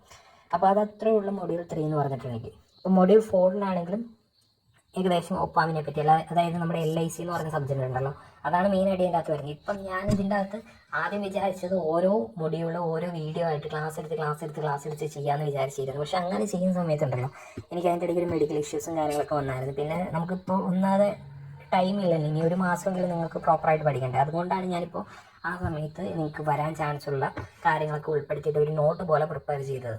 ഓക്കെ, ഇപ്പോൾ കുറേ പേപ്പേഴ്സ് ക്വസ്റ്റ്യൻസ് ഒക്കെ അനലൈസ് ചെയ്തിട്ട് ആ രീതിയിൽ പ്രിപ്പയർ ചെയ്തൊരു നോട്ടാണ്. സോ ഇതിൻ്റെ അത് മൊഡ്യൂൾ 4 എന്ന് പറഞ്ഞിട്ടുണ്ടെങ്കിൽ ഒപ്പാം അല്ലെങ്കിൽ ഓസിലേറ്റേഴ്സിനെ പറ്റിയാണ് മൊഡ്യൂൾ 4 വരുന്നത്. ഇതിൻ്റെ അകത്തും കുറേ കാര്യങ്ങളുണ്ട്. ഇതൊക്കെ ഒന്ന് വായിച്ച് നോക്കിയാൽ മതി. ഞാൻ വേണമെങ്കിൽ വീഡിയോ പെട്ടെന്ന് തീർക്കാം. ഇതൊക്കെ വളരെ ഇമ്പോർട്ടൻ്റ് ആയിട്ട് പോയിന്റ് വൈസ് നോട്ടായിട്ടാണ് കൊടുത്തേക്കുന്നത്. ഒപ്പാമിൻ്റെ ആപ്ലിക്കേഷൻസ്, അതുപോലെ തന്നെ ഒപ്പാമിൻ്റെ പാരാമീറ്റേഴ്സ്, അങ്ങനത്തെ കാര്യങ്ങളൊക്കെയാണ് ഇതിൻ്റെ അകത്ത് കൊടുത്തേക്കുന്നത്. പിന്നെ ഡയാക്ക്, ADC, DAC, ADC എന്ന് പറഞ്ഞ 2 കാര്യങ്ങൾ ഇതിനകത്ത് പഠിക്കാനുണ്ട്. ഇത് ആക്ച്വലി ഡിജിറ്റൽ ഇലക്ട്രോണിക്സ് വരേണ്ട പോർഷനാണ് ഈ ഒരു സെക്ഷൻ. പക്ഷേ സിലബസിൽ വന്നേക്കുന്നത് ഈ ഒരു ഓർഡറിലായതുകൊണ്ട് ഞാൻ ആ ഒരു ഇതിൽ സെറ്റ് ചെയ്തു എന്നേ ഉള്ളൂ. പിന്നെ അതേപോലെ തന്നെ ഓസിലേറ്റേഴ്സ് എന്ന് പറഞ്ഞ ഒരു സെക്ഷൻ നമ്മുടെ ആ ഒരു 3ാമത്തെ ഇതിൽ 4ാമത്തെ മൊഡ്യൂളിൽ വരുന്നുണ്ട്. ഓക്കെ, അപ്പോൾ ഓസിലേറ്റേഴ്സിൻ്റെ ഒരു ക്രൈറ്റീരിയ ഉണ്ടല്ലോ, നമ്മുടെ ബാർക്കോസിൻ ക്രൈറ്റീരിയ, അത് വളരെ ഇമ്പോർട്ടൻ്റ് ആണ് കേട്ടോ. അത് പല എക്സാമിനും പല രീതിയിലും ക്വസ്റ്റ്യൻസ് വന്നിട്ടുണ്ട്. ഓക്കെ, അപ്പോൾ ഈ ഒരു കണ്ടീഷൻ വളരെ ഇമ്പോർട്ടൻ്റ് ആയിട്ട് പഠിച്ചു വെക്കണം, ആ 2 കണ്ടീഷനും. പിന്നെ നമ്മുടെ ഓസിലേറ്റേഴ്സിൻ്റെ ക്ലാസിഫിക്കേഷൻ എന്ന് പറഞ്ഞാൽ RC phase shift oscillator, vein bridge oscillator, Harley oscillator, Colpitts oscillator, crystal oscillator, ഇതൊക്കെ വളരെ ഇമ്പോർട്ടൻ്റ് ആയിട്ടൊന്ന് പഠിച്ചു വെക്കണം. പിന്നെ ഇക്വേഷൻസ് ഒന്ന് പഠിച്ചു വെക്കണം കേട്ടോ, കാരണം ഇക്വേഷൻ എല്ലാത്തിനും ഇമ്പോർട്ടൻ്റ് ആണ്. ഇക്വേഷൻ വെച്ച് പ്രോബ്ലംസ് ചോദിക്കാം, അല്ലെങ്കിൽ ഇത് ഏതിൻ്റെ താഴെ പറയുന്നതിൽ ഏതാണ് ഹാർലി ഓസിലേറ്ററിൻ്റെ ഇക്വേഷൻ, അതല്ലേ വെയിൻ ബ്രിഡ്ജ് ഓസിലേറ്ററിൻ്റെ ഇക്വേഷൻ, അതല്ലേ RC ഫേസ് ഷിഫ്റ്റ് ഓസിലേറ്ററിൻ്റെ ഇക്വേഷൻ, അതല്ലേ കോൾപിറ്റ്സ് ഓസിലേറ്ററിൻ്റെ ഇക്വേഷൻ, അതല്ലേ ക്രിസ്റ്റൽ ഓസിലേറ്ററിൻ്റെ ഇക്വേഷൻ, അങ്ങനെയൊക്കെ ക്വസ്റ്റ്യൻ ചോദിക്കാം. ഓക്കെ, വളരെ ഇമ്പോർട്ടൻ്റ് ആയിട്ട് പഠിച്ചു വെക്കേണ്ട കാര്യമാണ് ഇക്വേഷൻസ് ഒക്കെ. അപ്പോൾ അതത്രേ ഉള്ളൂ മൊഡ്യൂൾ 4 എന്ന് പറഞ്ഞിട്ടുണ്ടെങ്കിൽ. ഓക്കെ, മൊഡ്യൂൾ 4 ജസ്റ്റ് എന്ത് ചെയ്യാം, ഒന്ന് വായിച്ച് നോക്കുമ്പോൾ തന്നെ നിങ്ങൾക്ക് കാര്യം മനസ്സിലാവും. അതുപോലെ തന്നെ മൊഡ്യൂൾ 5ൻ്റെ നോട്ട് പ്രിപ്പയർ ചെയ്ത സമയത്താണെങ്കിലും അതിൻ്റെ എക്സാം ഓറിയൻറ്റഡ് ആയിട്ട് കഴിഞ്ഞ മുൻ വർഷങ്ങളിൽ ചോദിച്ചിരിക്കുന്ന പല എക്സാമിൻ്റെ ക്വസ്റ്റ്യൻസ് അനലൈസ് ചെയ്തിട്ട് നമ്മൾ ഓരോ ടോപ്പിക്കിനെ പറ്റി നമ്മൾ ഇതിൻ്റെ അകത്ത് ഡീറ്റെയിൽ ആയിട്ട് തന്നെ കൊടുത്തിട്ടുണ്ട്. നിങ്ങൾ ജസ്റ്റ് ഒന്ന് വായിച്ച് നോക്കിയാൽ മതി. Wiring accessories system and power electronics maintenance എന്ന് പറഞ്ഞു. ഓക്കെ, മൊഡ്യൂൾ 5 അതാണ് അതിൻ്റെ ഹെഡിങ്. അതിൻ്റെ installation, topologies and safety system എന്ന് പറഞ്ഞാൽ ആദ്യം സെക്ഷനിൽ നമുക്ക് പഠിക്കാനുള്ളത്. അത് ജസ്റ്റ് വായിച്ച് നോക്കിയാൽ മതി, നിങ്ങൾക്ക് കാര്യം മനസ്സിലാകുന്നുണ്ടോ. അപ്പോൾ ജസ്റ്റ് എന്ത് ചെയ്യുക, ഒന്ന് വായിച്ച് നോക്കിയിട്ട് നിങ്ങൾ ഇതിൻ്റെ നോട്ട് പ്രിപ്പയർ ചെയ്യുക, സെൽഫായിട്ട് നോട്ട് പ്രിപ്പയർ ചെയ്യുക. പിന്നെ ഇതിൻ്റെ അകത്ത് കൂടുതൽ ചോദിക്കാൻ ചാൻസ് ഉള്ളത് MCB, ELCB, RCCB, ഈ ഒരു സെക്ഷനിലാണ് കൂടുതലും ഞാൻ ചോദിക്കാൻ ചാൻസ് കണ്ടുവരുന്നത്. പിന്നെ SP, ST switch, SPDT switches ഒക്കെ ഉണ്ടല്ലോ, അതും ചോദിക്കാൻ ചാൻസ് കണ്ടുവരുന്നുണ്ട്. ഓക്കെ, അതൊക്കെ ഒന്ന് എന്ത് ചെയ്യുക, ഒന്ന് ബ്രീഫായിട്ടൊന്ന് പഠിച്ചു വെച്ചേക്കാം. പിന്നെ അതേപോലെ തന്നെ അതും ഇതിൻ്റെ അകത്ത് പഠിക്കേണ്ട കാര്യമെല്ലാം ഇതിൻ്റെ അകത്ത് കൊടുത്തിട്ടുണ്ട് കേട്ടോ, എല്ലാ കാര്യവും ഇതിൻ്റെ അകത്ത് കൊടുത്തിട്ടുണ്ട്. അപ്പോൾ ജസ്റ്റ് അതൊന്ന് പഠിച്ചു വെച്ചേക്കാം. പിന്നെ അതേപോലെ തന്നെ ഗ്രൗണ്ടിങ് സിസ്റ്റം എഞ്ചിനീയറിംഗ് എന്ന് പറഞ്ഞ ഒരു കാര്യം ഇതിൻ്റെ അകത്ത് പറയുന്നുണ്ട്. അതായത് എർത്തിങ് ഇല്ലേ, നമ്മുടെ വീട്ടിലൊക്കെ വയറിങ് ചെയ്യുമ്പോൾ എർത്തിങ്, അപ്പോൾ അതിൻ്റെ കാര്യമൊക്കെയാണ്. അതിൻ്റെ കുറച്ച് വാല്യൂസൊക്കെ കാണാപ്പാടും പഠിക്കാനുണ്ട്. അപ്പോൾ അതിൻ്റെ ഡയമീറ്റർ, ലെങ്ത്, അങ്ങനത്തെ കുറച്ച് കാര്യങ്ങൾ അതെല്ലാം ജസ്റ്റ് ഇതിൻ്റെ അകത്ത് കൊടുത്തിട്ടുണ്ട്. അപ്പോൾ എക്സാം ഓറിയൻറ്റഡ് ആയിട്ട് മുൻ വർഷങ്ങളിൽ അതൊക്കെയാണ് ഈ ഒരു സെക്ഷനിൽ നിന്ന് ചോദിച്ച് കണ്ടുവന്നിരിക്കുന്നത്. പിന്നെ നമ്മുടെ പവർ ഇലക്ട്രോണിക്സിൻ്റെ ആ ഒരു സെക്ഷൻ ഉണ്ടല്ലോ, പവർ ഇലക്ട്രോണിക്സിൻ്റെ ആ ഒരു സെക്ഷൻ എന്ന് പറഞ്ഞിട്ടുണ്ടെങ്കിൽ നമ്മുടെ 2ാമത്തെ മൊഡ്യൂളിൽ നമ്മൾ പഠിപ്പിച്ചിട്ടുണ്ടായിരുന്നു. അതായത് നമ്മുടെ ഈ ഒരു 5ാമത്തെ മൊഡ്യൂൾ എന്ന് പറഞ്ഞിട്ടുണ്ടെങ്കിൽ ഈ ഒരു സെറ്റും അതുപോലെ തന്നെ പവർ ഇലക്ട്രോണിക്സ് ആയിരുന്നു. പവർ ഇലക്ട്രോണിക്സ് നമ്മൾ 5ാമത്തെ മൊഡ്യൂളിൽ പഠിപ്പിച്ചിട്ടുണ്ടായിരുന്നു, 2ാമത്തെ മൊഡ്യൂളിൽ പഠിപ്പിച്ചിട്ടുണ്ടായിരുന്നു. ഇനി അത് കഴിഞ്ഞിട്ടുള്ളതാണ് ഡിജിറ്റൽ ഇലക്ട്രോണിക്സ് എന്ന് പറഞ്ഞിട്ടുണ്ടെങ്കിൽ. ഡിജിറ്റൽ ഇലക്ട്രോണിക്സിൽ മെയിനായിട്ട് ഇതിൻ്റെ അകത്ത് ക്വസ്റ്റ്യൻസ് വരാനുള്ള ചാൻസ് ഉള്ളതെന്ന് പറഞ്ഞിട്ടുണ്ടെങ്കിൽ കൺവേർഷൻ, എന്തായാലും കൺവേർഷൻ്റെ ഒരു ക്വസ്റ്റ്യൻസ് വരാം. ഒന്നില്ലെങ്കിൽ ബൈനറി നമ്പർ തന്നിട്ട് അത് എക്സയിലേക്ക് കൺവേർട്ട് ചെയ്യാനായിരിക്കും, അല്ലെങ്കിൽ ഒരു ഡെസിമൽ നമ്പർ തന്നിട്ട് അത് ബൈനറിയിലേക്ക് കൺവേർട്ട് ചെയ്യാനായിരിക്കും, അല്ലെങ്കിൽ ഒരു ഹെക്സാഡെസിമൽ നമ്പർ തന്നിട്ട് അത് ഒക്ടലിലേക്ക് കൺവേർട്ട് ചെയ്യാനായിരിക്കും. അങ്ങനെ എന്തെങ്കിലും ഒരു കൺവേർഷൻ്റെ ക്വസ്റ്റ്യൻസ് വരും. കൺവേർഷൻ്റെ ആ ഒരു ഇത് ഞാനിവിടെ എഴുതിയിട്ടില്ല കേട്ടോ, അത് ജസ്റ്റ് ഒരുപാട് സ്റ്റെപ്പ് ആയതുകൊണ്ടുണ്ടല്ലോ ഞാൻ ഇതിൻ്റെ അകത്ത് അത് കൊടുത്തിട്ടില്ല. അത് ജസ്റ്റ് നിങ്ങളൊന്ന് അനലൈസ് ചെയ്യാൻ പഠിക്കേണ്ടതാണ്, കൺവേർഷൻ്റെ ഇത് മാത്രം. ബാലൻസ് ഉള്ള കാര്യങ്ങളൊക്കെ നമ്മൾ ഇതിൻ്റെ അകത്ത് കൊടുത്തിട്ടുണ്ട്. ടൂസ് കോംപ്ലിമെൻറ്റിൻ്റെ കേസാണെങ്കിലും അങ്ങനെ തന്നെയാണ്. പിന്നെ ഡിജിറ്റൽ എൻകോഡിങ്ങിനെ പറ്റി, അതായത് BCD കോഡ്, ഗ്രേ കോഡ്, അതിൻ്റെ ഈ ഒരു കാര്യം വളരെ ഇമ്പോർട്ടൻ്റ് ആയിട്ട് പഠിച്ചു നോക്കണം കേട്ടോ. ആ ഒരു പോയിന്റ് ഒന്ന് വായിച്ച് നോക്കിയാൽ മനസ്സിലാവും. പിന്നെ ബൂളിയൻ ആൾജിബ്ര, കോമ്പിനേഷണൽ സർക്യൂട്ട്, അതുപോലെ സീക്വൻസ് സർക്യൂട്ട്, അതുപോലെ തന്നെ ഫ്ലിപ്പ് ഫ്ലോപ്പിനെ പറ്റി വളരെ ഇമ്പോർട്ടൻ്റ് ആണ്. ഫ്ലിപ്പ് ഫ്ലോപ്പിനെ പറ്റി ഒരു 2 മാർക്ക് അല്ലെങ്കിൽ 3 മാർക്കിന് ആ ഒരു മൊഡ്യൂളിൽ നിന്ന് ക്വസ്റ്റ്യൻ വരും. 10 മാർക്കിനാണ് ടോട്ടൽ ആ ഒരു ഡിജിറ്റൽ ഇലക്ട്രോണിക്സ്. അതിൻ്റെ അകത്ത് 3 മാർക്കിന് ഫ്ലിപ്പ് ഫ്ലോപ്പിനെ പറ്റി അല്ലെങ്കിൽ കോമ്പിനേഷൻ സർക്യൂട്ടിനെ പറ്റി ക്വസ്റ്റ്യൻസ് ചോദിക്കാനുള്ള ചാൻസ് കണ്ടുവരുന്നുണ്ട്. ഓക്കെ, പിന്നെ അതേപോലെ തന്നെ ലോജിക് ഫാമിലീസിനെ പറ്റിയാണ്, വളരെ ഇമ്പോർട്ടൻ്റ് ആണ്. ലോജിക് ഫാമിലീസിൻ്റെ ക്യാരക്ടറിസ്റ്റിക്സ് ഉണ്ടല്ലോ, ആ ഒരു സെക്ഷൻ മാത്രം നിങ്ങൾ പഠിച്ചാൽ മതി. അതനുസരിച്ചുള്ള നോട്ടാണ് നമ്മളിവിടെ പ്രിപ്പയർ ചെയ്തിരിക്കുന്നത്. അതിൽ നിന്ന് മാത്രമേ ക്വസ്റ്റ്യൻസ് വരത്തുള്ളൂ. വേറെ വലിയ വലിയ ക്വസ്റ്റ്യൻസ് ഒന്നും ഈ ലോജിക് ഫാമിലി എന്ന് പറയുന്ന ഈ സെക്ഷനിൽ നിന്ന് വരാൻ ചാൻസ് കുറവാണ്. പിന്നെ നമുക്ക് സെമി കണ്ടക്ടർ മെമ്മറീസ് എന്ന് പറഞ്ഞ ഒരു സെക്ഷനാണ്. അതിൻ്റെ അകത്ത് RAM, ROM അതിനെപ്പറ്റിയാണ് മെയിനായിട്ട് വരാൻ ചാൻസ് ഉള്ളത്. ഓക്കെ, അപ്പോൾ ഇതിൻ്റെ അകത്ത് ഈ സെമി കണ്ടക്ടർ മെമ്മറി എന്ന് പറഞ്ഞ ഈ സെക്ഷൻ ഉണ്ടല്ലോ, ഇതിൻ്റെ അകത്ത് ഞാൻ ആ ഒരു കുറച്ച് ക്വസ്റ്റ്യൻസ് ഒന്ന് വിട്ട് കളഞ്ഞിട്ടുണ്ട്, സ്കിപ്പ് ചെയ്തിട്ടുണ്ട്. കാര്യം എന്താണെന്ന് വെച്ചിട്ടുണ്ടെങ്കിൽ ഇതിൻ്റെ അകത്ത് മെയിനായിട്ട് ചോദിക്കാൻ ചാൻസ് ഉള്ള ഇതൊക്കെയാണ്. പിന്നെ വേറെ കുറച്ച് പോർഷൻസ് കിടക്കുന്നത് ചിലപ്പോൾ ചോദിക്കുമെന്നുള്ളൂ. അത് ഒരു 1-2 മാർക്കിനൊക്കെ അത് ചോദിക്കാൻ ചാൻസ് ഉള്ളൂ. അതുകൊണ്ടാണ് അത് വിട്ട് കളഞ്ഞത്. അതിൽ നിന്ന് മുൻ വർഷങ്ങളിലൊന്നും ഞാൻ നോക്കിയിട്ട് അങ്ങനെ അതിൽ നിന്ന് ക്വസ്റ്റ്യൻസ് ഒന്നും കണ്ടുപിടിക്കാൻ പറ്റിയില്ല. ഓക്കെ, അപ്പോൾ അതുകൊണ്ടാണ് ഞാനതൊന്ന് സ്കിപ്പ് ചെയ്ത് വിട്ടേക്കുന്നത്. പിന്നെ മൊഡ്യൂൾ 7 ആണെങ്കിലും D C and A C മെഷീൻസിനെ പറ്റിയൊക്കെയാണ് പറയുന്നത്. മെഷീൻസ് അതുപോലെ ജനറേറ്റേഴ്സ് ഒക്കെ ഉണ്ടല്ലോ, അതൊക്കെയാണ് മെയിനായിട്ട് ഇതിനകത്ത് പറയുന്നത്. അതിൻ്റെ കുറച്ച് വാല്യൂസ് അതുപോലെ തന്നെ അതിൻ്റെ ഇമ്പോർട്ടൻ്റ് ആയിട്ട് കുറച്ച് കാര്യങ്ങളൊക്കെ പഠിക്കാനുണ്ട്. D C motors, okay, D C motors പഠിക്കുമ്പോൾ അതിൻ്റെ വർക്കിംഗ് പ്രിൻസിപ്പിളൊക്കെ പഠിക്കണം. അപ്പോൾ ആ ഒരു കാര്യമൊക്കെ ഞാൻ നേരത്തെ പറഞ്ഞായിരുന്നു നമ്മുടെ മൊഡ്യൂൾ 1 ഫെമിൻ ലെഫ്റ്റ് ഹാൻഡ് റൂളും കാര്യങ്ങളൊക്കെ പറഞ്ഞില്ലേ, ലെഫ്റ്റ് ഹാൻഡ് റൂളും കാര്യങ്ങളൊക്കെ, അത് ഡി സി മോട്ടറായിട്ട് റിലേറ്റ് ചെയ്തുള്ളതാണ് കേട്ടോ. അത് ഞാൻ പറഞ്ഞായിരുന്നു, ജസ്റ്റ് ഒന്ന് നോക്കിയേക്കുക. പിന്നെ A C generators and motor, പിന്നെ 3 ഫേസ് ഇൻഡക്ഷൻ മോട്ടേഴ്സ്, അതുപോലെ തന്നെ പവർ ട്രാൻസ്ഫോമേഴ്സ്, അതിനെപ്പറ്റിയൊക്കെ ഇതിൻ്റെ അകത്ത് പറയുന്നുണ്ട്. പിന്നെ സിങ്ക്രണസ് മോട്ടേഴ്സ്, പിന്നെ അതുപോലെ തന്നെ FHP മോട്ടർ ക്ലാസ്സസ്. അപ്പോൾ അതിൻ്റെ കുറേ ക്ലാസിഫിക്കേഷൻ ക്ലാസ്സസും കാര്യങ്ങളൊക്കെ പറയുന്നുണ്ട്. ഇതൊക്കെ ഒന്ന് ജസ്റ്റ് ഒന്ന് വായിച്ച് നോക്കിയാൽ തന്നെ നിങ്ങൾക്ക് ഏകദേശം കാര്യം മനസ്സിലാവും.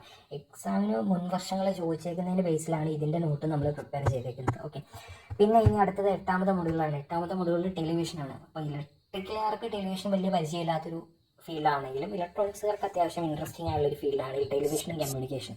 ഈ ടെലിവിഷൻ്റെ കേസിൽ നമ്മുടെ ഇതിൻ്റെ അകത്ത് കളർ മെട്രിക്സ് എന്ന് പറഞ്ഞ ഒരു സംഭവം ഉണ്ടല്ലോ, ഇതിൻ്റെ അകത്ത് ഈ ഇക്വേഷൻ ഒന്ന് പഠിച്ചു വെച്ചേക്കണം. കാരണം ഇക്വേഷൻ പല രീതിയിൽ ക്വസ്റ്റ്യൻസ് ആയിട്ട് വന്നിട്ടുണ്ട്. അതുപോലെ തന്നെ ബ്രോഡ്കാസ്റ്റിംഗ് സ്റ്റാൻഡേർഡ്സ്, അത് വളരെ ഇമ്പോർട്ടൻ്റ് ആണ്. പല രീതിയിലും ക്വസ്റ്റ്യൻസ് കൊണ്ടുവന്നിട്ടുണ്ട്. പിന്നെ അതേപോലെ തന്നെ സബ് സിസ്റ്റം നെറ്റ്വർക്കിനെ പറ്റി ക്വസ്റ്റ്യൻസ്, സബ് സിസ്റ്റം നെറ്റ്വർക്കിൻ്റെ ഇതാണ്. പിന്നെ കമ്മ്യൂണിക്കേഷൻ ഇലക്ട്രോണിക്സ്, ഇതിൻ്റെ അകത്ത് നമുക്ക് മോഡുലേഷനെ പറ്റിയും അതുപോലെ തന്നെ pulse code modulation, frequency modulation, amplitude modulation, അങ്ങനത്തെ കുറച്ച് കാര്യങ്ങളൊക്കെയാണ് മോഡുലേഷൻ്റെ ഇതിൽ പഠിക്കാനുള്ളത്. പിന്നെ സൂപ്പർ ഹെട്രോഡൈൻ റിസീവർ ഉണ്ടല്ലോ, ഇത് പല എക്സാമിലും പല രീതിയിലും ക്വസ്റ്റ്യൻസ് വരുന്നുണ്ട്. ഇതിൻ്റെ പ്രോബ്ലംസ് ആയിരിക്കും കൂടുതൽ വരാനുള്ള ചാൻസ്. ഓക്കെ, സൂപ്പർ ഹെട്രോഡൈൻ റിസീവറിൻ്റെ. പിന്നെ അതേപോലെ തന്നെ antenna propagation, type of antenna, അതൊക്കെ വളരെ ഇമ്പോർട്ടൻ്റ് ആണ് കേട്ടോ. ഓരോ ആൻറ്റിനെ പറ്റി ഇവിടെ എക്സ്പ്ലെയിൻ ചെയ്തിട്ടുണ്ട്. അപ്പോൾ ജസ്റ്റ് ഒന്ന് എന്ത് ചെയ്യുക, പഠിക്കുക. ആൻറ്റിനെ പറ്റി എന്തായാലും ഒരു 2 മാർക്കിനോ 1 മാർക്കിനെങ്കിലും ക്വസ്റ്റ്യൻസ് വരും ഈ ഒരു മൊഡ്യൂൾ. ടോട്ടൽ 10 മാർക്കിനാണ് ഈ ഒരു മൊഡ്യൂളിൽ നിന്ന് ക്വസ്റ്റ്യൻ. ഓരോ മൊഡ്യൂളിൽ നിന്ന് 10 മാർക്കിനാണ്. അതിനെ പറ്റി എന്തായാലും 2 മാർക്കിനോ അല്ലെങ്കിൽ 1 മാർക്കിനെങ്കിലും ചോദിക്കാതിരിക്കില്ല. ഓക്കെ, പിന്നെ അതേപോലെ തന്നെ 9ാമത്തെ മൊഡ്യൂൾ എന്ന് പറഞ്ഞിട്ട് മെഷർമെൻറ്റ്സ് ആൻഡ് മെഷറിംഗ് ഇൻസ്ട്രുമെൻ്റ് എന്ന് പറഞ്ഞ ഒരു ടോപ്പിക്കാണ്. ഇത് ജസ്റ്റ് ഒന്ന് വായിച്ച് നോക്കിയാൽ മതി കേട്ടോ. നമ്മുടെ CRIനെ പറ്റിയൊക്കെ ഇതിൻ്റെ അകത്തുനിന്ന് പറയുന്നുണ്ട്. അപ്പോൾ ജസ്റ്റ് നിങ്ങൾ നോക്കുക, ഞാൻ വീഡിയോ പതുക്കെയാണ് സ്ക്രോൾ ചെയ്യുന്നത്, നോക്കിയാൽ മതി. ഇതിൻ്റെ അകത്ത് CRIയുടെ ആ ഒരു കുറച്ച് ഫാക്ടേഴ്സും കാര്യങ്ങളും, യൂമീറ്ററിൻ്റെ കുറച്ച് ഫാക്ടേഴ്സും കാര്യങ്ങളൊക്കെ പഠിക്കാനുണ്ട്. മെഷറിംഗ് ക്വാളിറ്റി ഫാക്ടേഴ്സും കാര്യങ്ങളൊക്കെ, അതിൻ്റെ ഒരു ഇക്വേഷൻ പോലെ ഒരു സംഭവം ഉണ്ട്. അത് കാണാപ്പാടും പഠിക്കണം കേട്ടോ, കാരണം അതിൽ നിന്ന് ക്വസ്റ്റ്യൻ വന്നിട്ടുണ്ട് ഒരു ഇക്വേഷൻ തന്നിട്ട്. പിന്നെ അതേപോലെ തന്നെ മൈക്രോ കൺട്രോളേഴ്സ് 8051 എന്നുള്ള മെയിനായിട്ട് നമ്മൾ മൈക്രോ കൺട്രോളർ എന്ന് പറഞ്ഞിട്ടുണ്ട്. ഓക്കെ, അപ്പോൾ അതിൻ്റെ കുറേ കാര്യങ്ങൾ, ആർക്കിടെക്ചറിൻ്റെ ഒരു ഡയഗ്രം ഞാൻ ഇതിൻ്റെ അകത്ത് കൊടുത്തിട്ടില്ല. അപ്പോൾ നിങ്ങൾ നെറ്റിൽ ഒന്ന് സെർച്ച് ചെയ്യുക 8051 മൈക്രോ കൺട്രോളറിൻ്റെ ആർക്കിടെക്ചറും കാര്യങ്ങളൊക്കെ. എന്നിട്ട് ആ ഒരു ആർക്കിടെക്ചർ ഒന്ന് മനസ്സിലാക്കി വെക്കുക. മെയിനായിട്ട് എക്സാമിന് ചോദിക്കേണ്ട കാര്യങ്ങളൊക്കെ നമ്മൾ ഇതിൻ്റെ അകത്ത് ജസ്റ്റ് ഇങ്ങനെ മെൻഷൻ ചെയ്തിട്ടുണ്ട്.